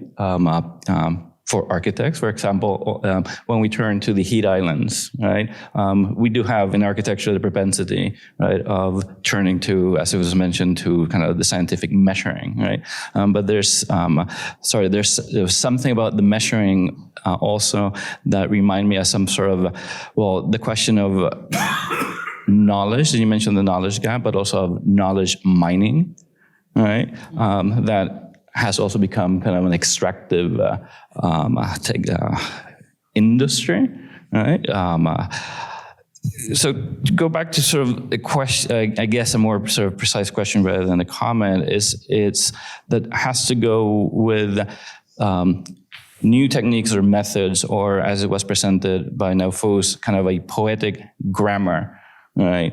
To be able to counter these kind of modernist or technological sort of tendencies or desires that we have.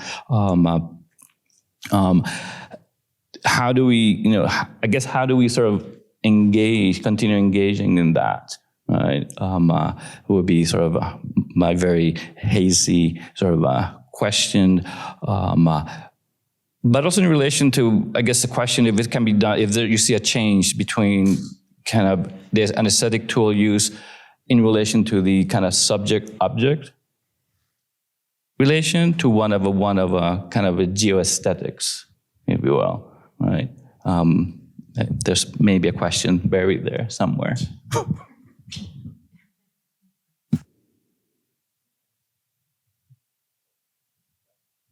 I can direct the question to Cara, and because I was in relationship to your question, following up on your question, and to the idea of letting go, and at the end of the presentation you discussed like how do we do it from a feminist perspective, and you showed 2 images of women, and it seemed to me, what is the kind of cultural way of producing that change for you? What would be the kind of, or the ways of pushing for that change of paradigm and letting go those paradigms of violence, extraction, and masculinity? And I think it's related to Patricio in the sense that I think the sensible is important, no? So yeah, I'm thinking a lot about desire now in my current work, and it's kind of a scientific assumption in many fields that the human is a creature of infinite desires faced by a nature of scarcity. It's kind of an underlying assumption in a lot of evolutionary thinking, but I don't think is historically universal. So how do we do this change? I think on the one hand, there's the research and the academic kind of disruption of common sense, but I think on the ground of politics and tactics, I really want to notice the way environmentalists get backed into a corner of sacrifice and asceticism, that the thing we need to do is meter ourselves and count ourselves and reduce ourselves, which, like I think we all agree, is true in some senses of how you look at the problem.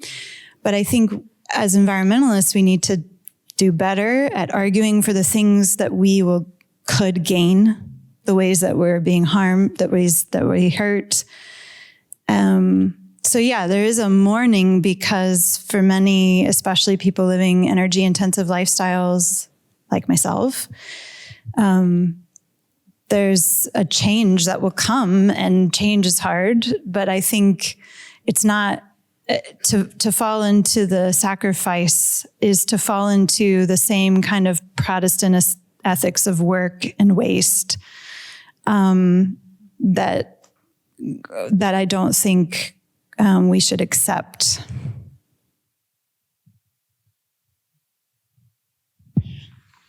Yeah, I was thinking about something similar in terms of like how, because of course the conversation around degrowth is quite key to everything we are talking about, and there's a lot of like good commentaries about it.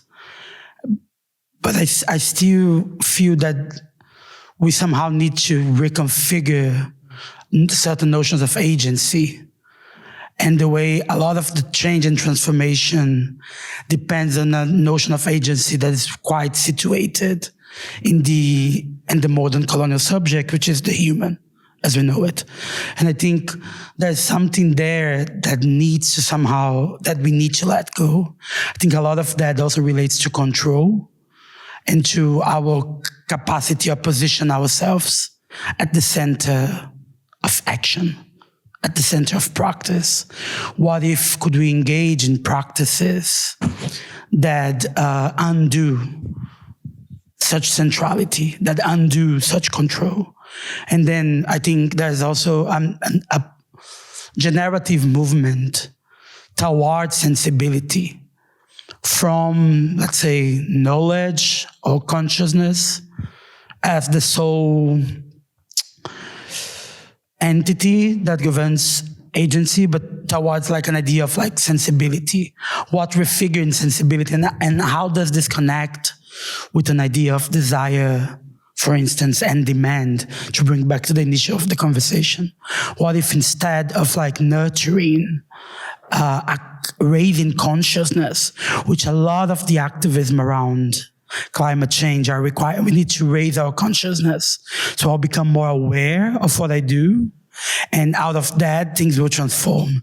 And then we are at the same time living into a moment in which every information is accessible. It's like there's a moment in my presentation in which I say something. The evidence of brutality is not enough to interrupt its political justification. We are witnessing it now, very brutally, in so many different spheres. So there's something with the centrality of consciousness, which I think is still a form of heritage of like this like very anthropocentric way of thinking about agency, transformation. And that leads us back to the question, so what entity is at the center? So, and then we can question, what are the planetary ways of reconfigure itself? And this is not about, I'm not claiming extinction. I'm interested in living through things. I'm particularly committed to that as a person. But I think there's the need to let go of that particular desire when thinking about the ways the planet itself will live through. So what if water knows something? What if earth knows something? And what if these particular forms of knowledges or sentiences are producing ways of reconfiguration of that thing that we think we are trying to save? So I think that's something that for me is important when discussing that particular topic. How do we effectively decentralize our idea of human agency in this conversation? And by doing that, maybe and that for me is the blackout. It's not literally the absence of light, but it's the absence of a controlling entity which modernity created as the subject. So in the absence of that entity, and of course there are a lot of like scholars who think about that. Denise Ferreira da Silva, great reference to me, really important. She's doing a lot of work around that, both theoretically and artistically. But that for me remains an important question. If we kind of like let go the subject, what kind of sensibility may arise and what reorganizations might just pop up in the sphere. Yeah. But to press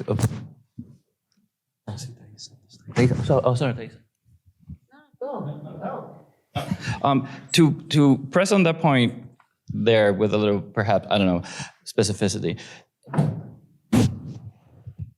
What type of human are we actually talking about when we actually, when we're actually developing this polarity between the human and the non-human? Are we talking about a historically form subjectivity? Is it the kind of the universal subject of modernity? Because we're in a moment now where there were the human artifacts have become non-human objects, right? To the point. So I'm wondering about the specificity, right, of abandoning the human condition. Should I respond? Or sure. I think I'm pointing out to the modern colonial human, and I think it's a very pervasive entity. We still see the very old strategies of creating a hierarchy between, let's say, the human species. And we still see the less than human category being used to produce death and genocide and destruction. So I think it's still that entity and its pervasiveness, and it's also its ways of reconfiguring itself into the political scene that I'm trying to kind of like to point out. Yeah, just a note on the fact that as an architect or designers, we are supposed to be designing the objects. But at some point, by designing the object, we are also designing the subject. That's something that comes to mind quite often. Because we tend to think, or I used to think, that the human was sort of a stable category. And it is not. Let alone if you think that all the effort of institutions like the church to have schools is to somehow design subjectivities, right? So to which point the design of objects could help to reflect into the design of a certain subject. And in the case of what we're doing, it's really about thinking that it's not really about survival. I mean, it's not that. But it's really about being able to live with less stuff. It's a question we posed to students the first week. We have to go to the desert. You have to pack your bag. So what stuff you will bring? Maybe for some people, it's really important to take a coat or a computer, right? Or the toothbrush. Maybe for someone, toothbrush is not important, I don't know. But the thing that you need to get a limited amount of stuff with you. You cannot bring everything. And in such a way, we are talking about also certain constraints on the relationship between people and objects. And that's something that is at stake in the way we try to teach design, not for the sake of form, but for the sake of the subject that is to be subjected to that form, at least at the level of methodology for academic teaching. I want to build on that a little bit, and particularly I'm thinking of the designers, but also pulling on your piece and ask about this idea of transition. And one of the things, and Inez noticed this too, one of the things we noticed is there was energy as work and things to do, a haunting of energy as extractive, as needing to be productive.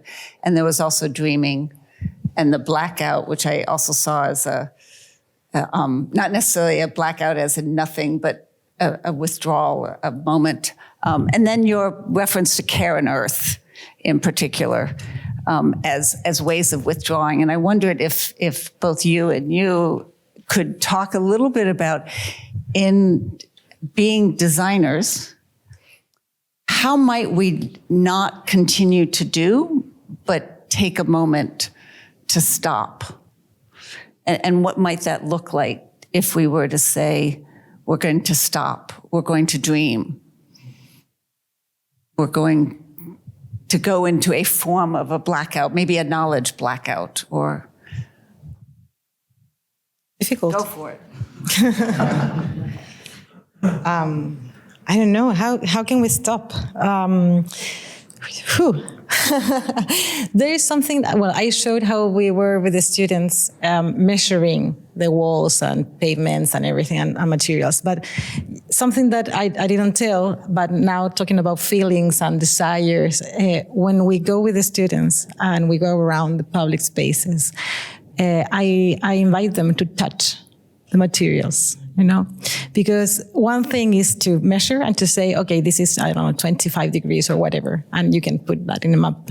But it's very different for them to feel the materials and to realize that what we're using is a choice, and we're making choices that are related to desire. So to live, especially for example in South America, where we want buildings to look like something from other countries, like glass and concrete and whatever. And so the buildings, there's a desire to look wealthier, but also is to touch and to feel the materials and to realize that, to hear all that experience is something that we don't do that much. So that's something that I like about the different presentations that we also should include. So in terms of your question, so how do we stop? Maybe we should stop. Yeah, we are going to go back probably, but I think that we could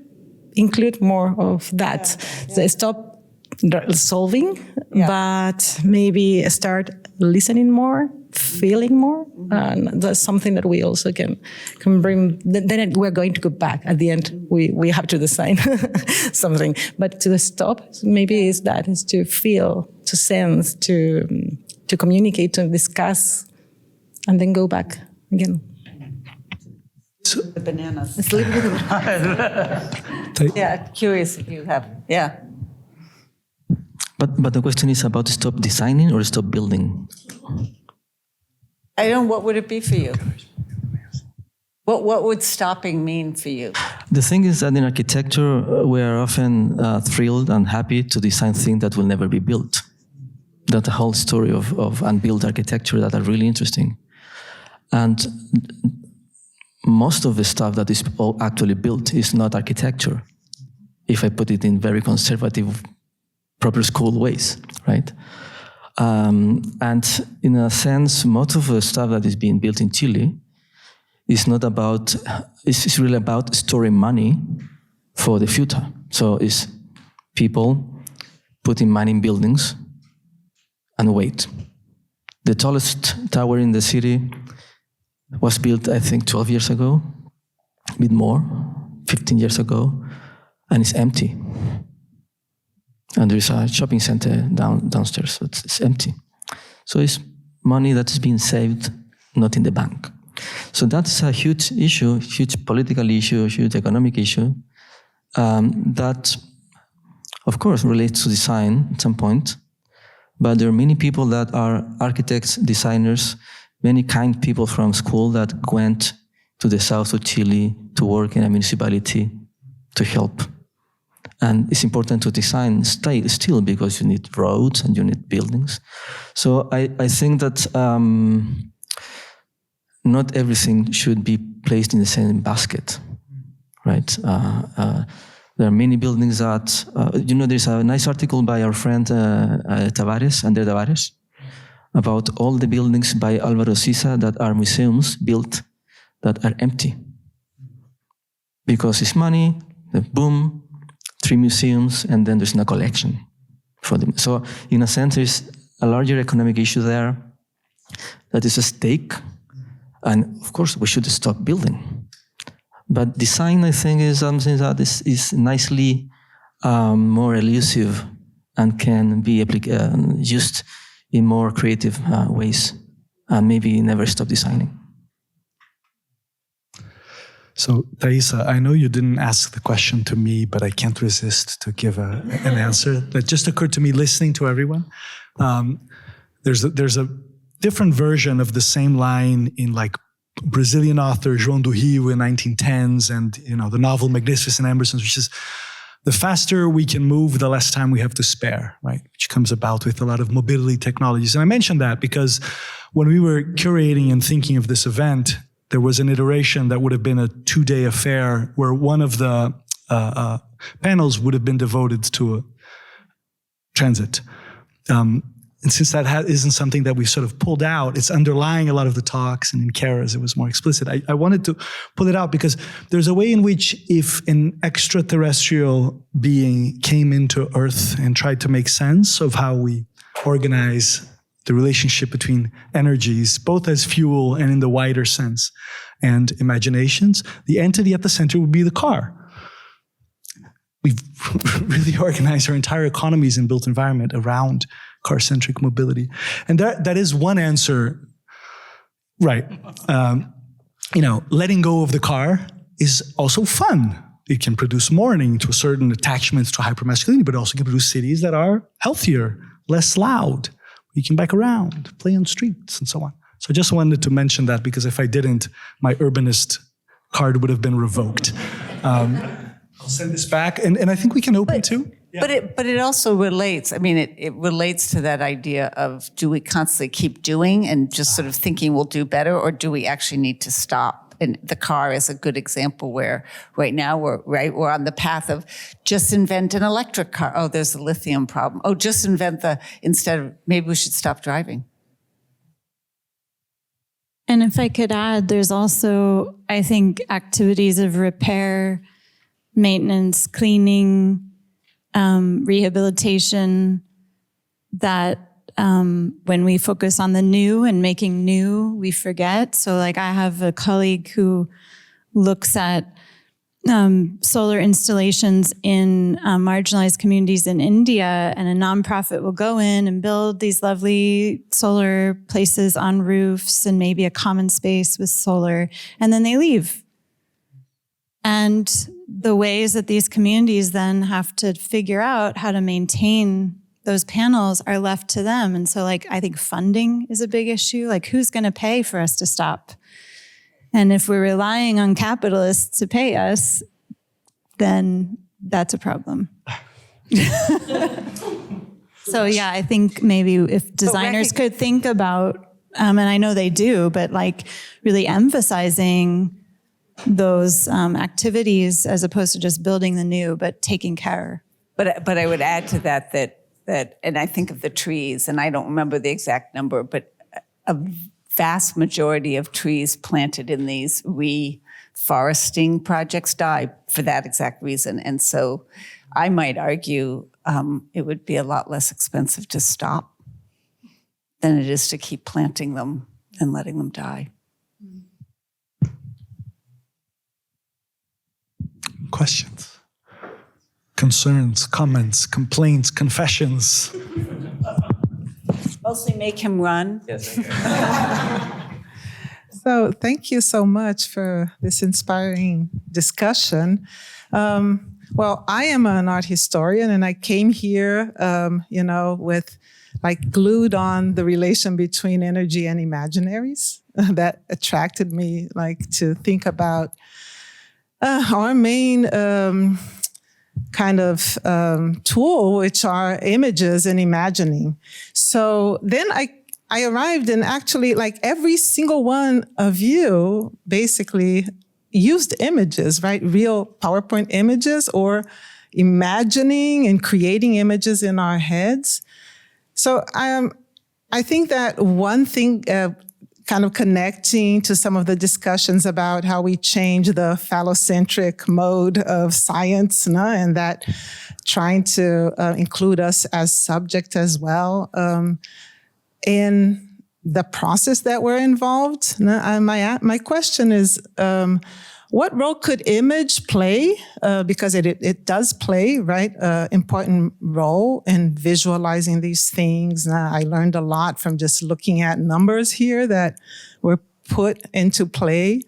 And so in these processes of transition, do images carry energies? No, there are some theories like Warburg, for instance. Warburg thinks about the carrying of energies through images. And so it's a question to me, since we operate so much through images, and we were talking a little bit about, creative energy. And I think we have to think of that as a real sort of factor in the energy process, which is very hard. We tend to just look at it as something exterior.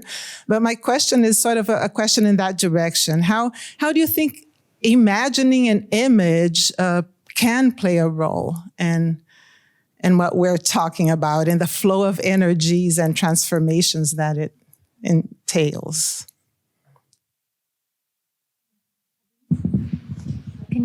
¿Puedes dejar el micrófono, Marina? The other day I was giving a lecture and the projector didn't have the right resolution, and all my presentation was pixelated. And everyone thought that was intentional because I was all the time talking about data storage and resolution. I should have done it intentionally today. But just to say that, for instance, in my case, I'm all the time concerned about the usage of images and imagery in my work, because I'm confronted with the same tropes that I'm, criticizing. But at the same time, it's necessary to create a language for talking about these questions. And sometimes it's through image, sometimes it's through sound, sometimes it's through temperature. I don't know, but I think your question is very relevant. I tend to think what will be the aesthetics of a different energetic relation with imagery. For instance, if we think about resolution and time, like how we consume synergy images so fast, and that requires so much energy, and the advancements in resolution that in a way give us more knowledge, the capacity to see more. That's what many scientists are invested in. They create bigger data sets because they have tools to see more, to create more images, and that has a consequence. So are we interested in working with less resolution? I mean, in not only like the more constrained way, but in a more metaphorical, even like idea, what would mean for artists to work with less, like a shorter. I mean, there is the reflections about that by Ito Steyrl and many others who think about the poor image. There are websites that operate with solar panels, and if there is no sun, the website goes slower or even disappears. So there are forms in which, we can think about our relations with information in case of image making in different ways. But yeah, I think it's a fantastic question to hold. Yeah, thanks for the question. I have an article where we studied publicity from energy companies in architecture journals in the 60s. And all the images were very clear and tried to move and tried to convince people to be and feel comfortable. And that it's related to aesthetics, but also desire. So try to live in a comfortable way, but not from nature or paradise well-being kind of way, but through technology. And I think that kind of images that the companies they showed is this ideal of American way of living with like an air conditioner and a comfortable toilet or whatever. So they were very clear in transmitting on not only the technologies, and in some of the publicities, the technology was hidden, so you wouldn't see the technology, but the people feel comfortable, and they have very clear statements, and you're going to feel this is the right house, and feel comfortable in your house, but don't see the machines. But it was this idea from the 60s. This is in Chile. Probably this happened in other parts earlier, but this is a way that images they can change our behaviors, or this idea of how to incorporate those ideas into your daily behaviors.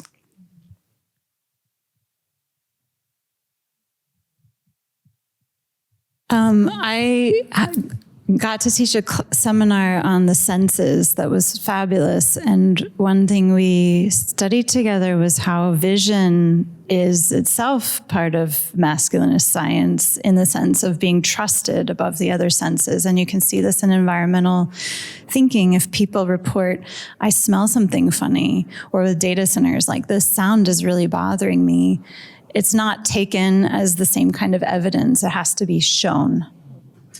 And part of that is because vision is seen as this Cartesian, like enters the rational brain and is separate from the body and is universal in a sense. So it brings me back to this counting thing, that we expect that we can understand this counting thing, and that there's not something specific to a culture and a people and a way of feeling and a memory that is just not going to be knowable to everyone. It's not going to travel, because we're so focused on like the counting of the spacing and that has to mean something that we can understand.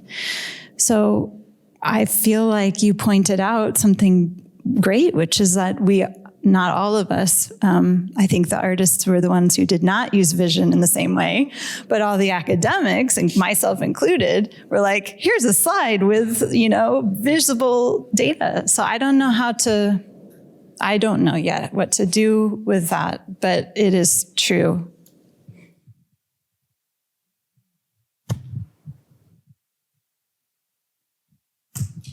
This conversation made me think about, there's this video by Tony Coates from I think it's Evil series. And I think it's number 36. I remember that because I wrote about this particular piece. And it's all about the Black uprising known as Selma that starts with Rosa Parks' refusal to move seats.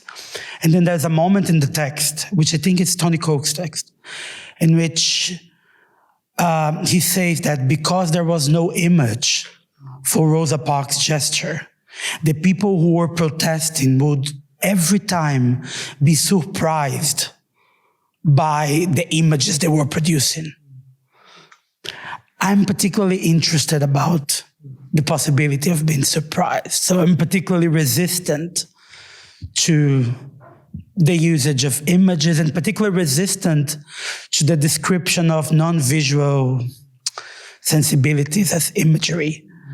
Because, as you were saying, we are somehow engulfed by the centrality of vision and the centrality of visuality, which always depend to a certain extent of like a certain level of consciousness. An image can touch me if I interpret that and access some kind of memory or whatever, or meaning, and that image can touch me.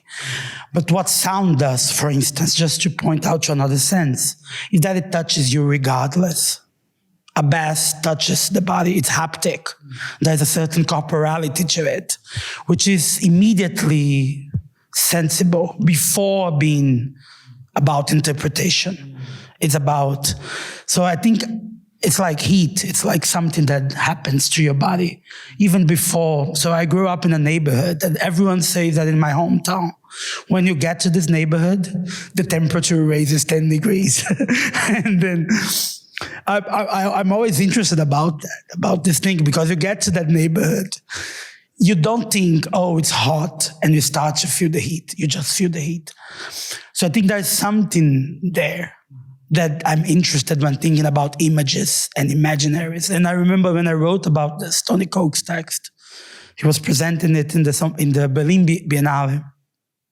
And I wrote a text, Imagination Without Image, that was precisely about that small commentary about the lack of images for Rosa Parks' gesture, and how that fueled a form of resistance that was unpredictable all the time. And I don't know, just wanted to contribute. Yeah, that's great. Anita had to. Oh, okay.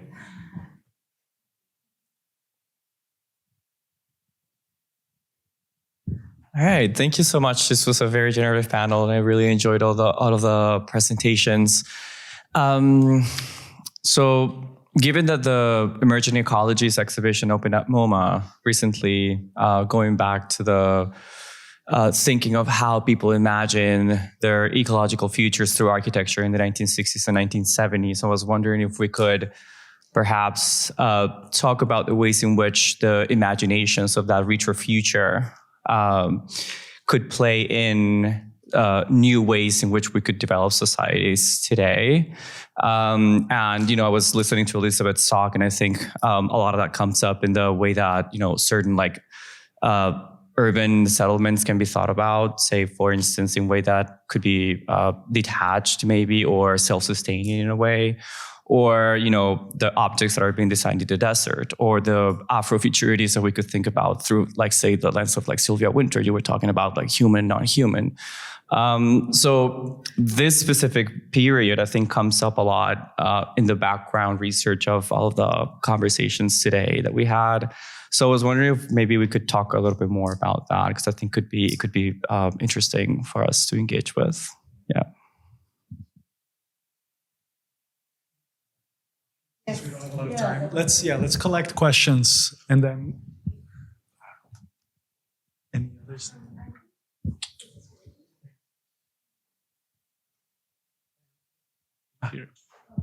Hello, thank you.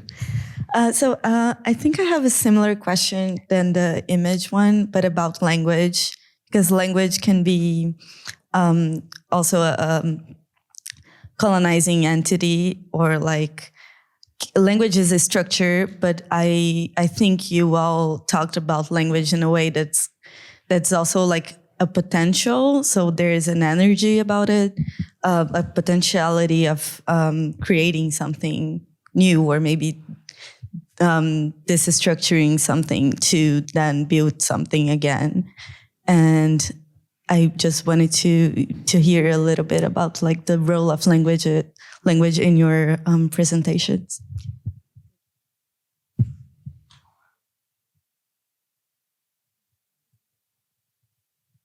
I had some thoughts related to exactly what you said. I think that's a great point. And it's maybe more specific, but I mean that so many of you are working between English and Spanish and Portuguese. I'm wondering about definitions and how that plays into your work too. I was in Cara, in your talk, you started by saying that energy used to mean something completely different. It was used in poetry, I think you mentioned. So thinking about the changing meanings of these words over time and then changing between the languages that you're using in your work, building on that.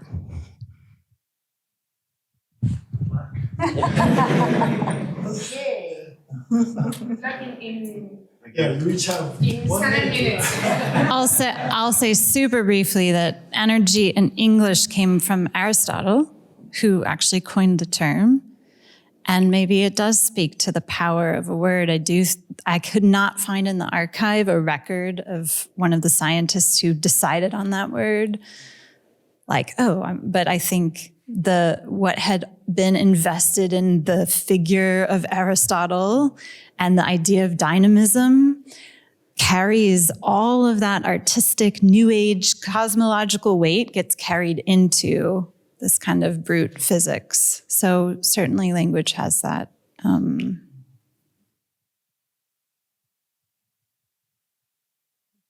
I want to answer your question about the image of the future, or this idea of the future cities and how we are thinking about that. And shortly, I want to tell a story about a workshop that we did with 90 students from different parts of the world. This was during the pandemic, and another workshop that was organized in different universities. And with the other lecturer, we compared the results from the students. So we asked them how we're going to cope with the future and the future cities, and what do you think? And the students, they worked together and they brought one or two images and a description. So we found at the end, collecting all the images, that almost all of them, architecture students from different backgrounds, different countries, different languages, they came with ideas that are utopias from the 60s, more than future, because we thought, well, they're going to come with the cybernetics or more naturalistic ways of solve or to think about the future. But all of them, they came with utopias from the 60s. So it was for us a revelation that for the students and new professionals, they are thinking for the future with imaginations from the past instead of the future. So it was very surprising. We don't try them to move them. So they should be creating something new. So just to share that. Well, a quick note in connection to that. I was thinking about Céline Grandieu as an author. There's a book where she says that in the 20th century, the future was still a blank slate. I mean, where you could fill with your utopias and dreams. But our future is already filled with the consequences of what things were done in the 20th century. So it's like a foreclosed future. And going back to the imagination, the imagination depends on the idea of the future you might have too.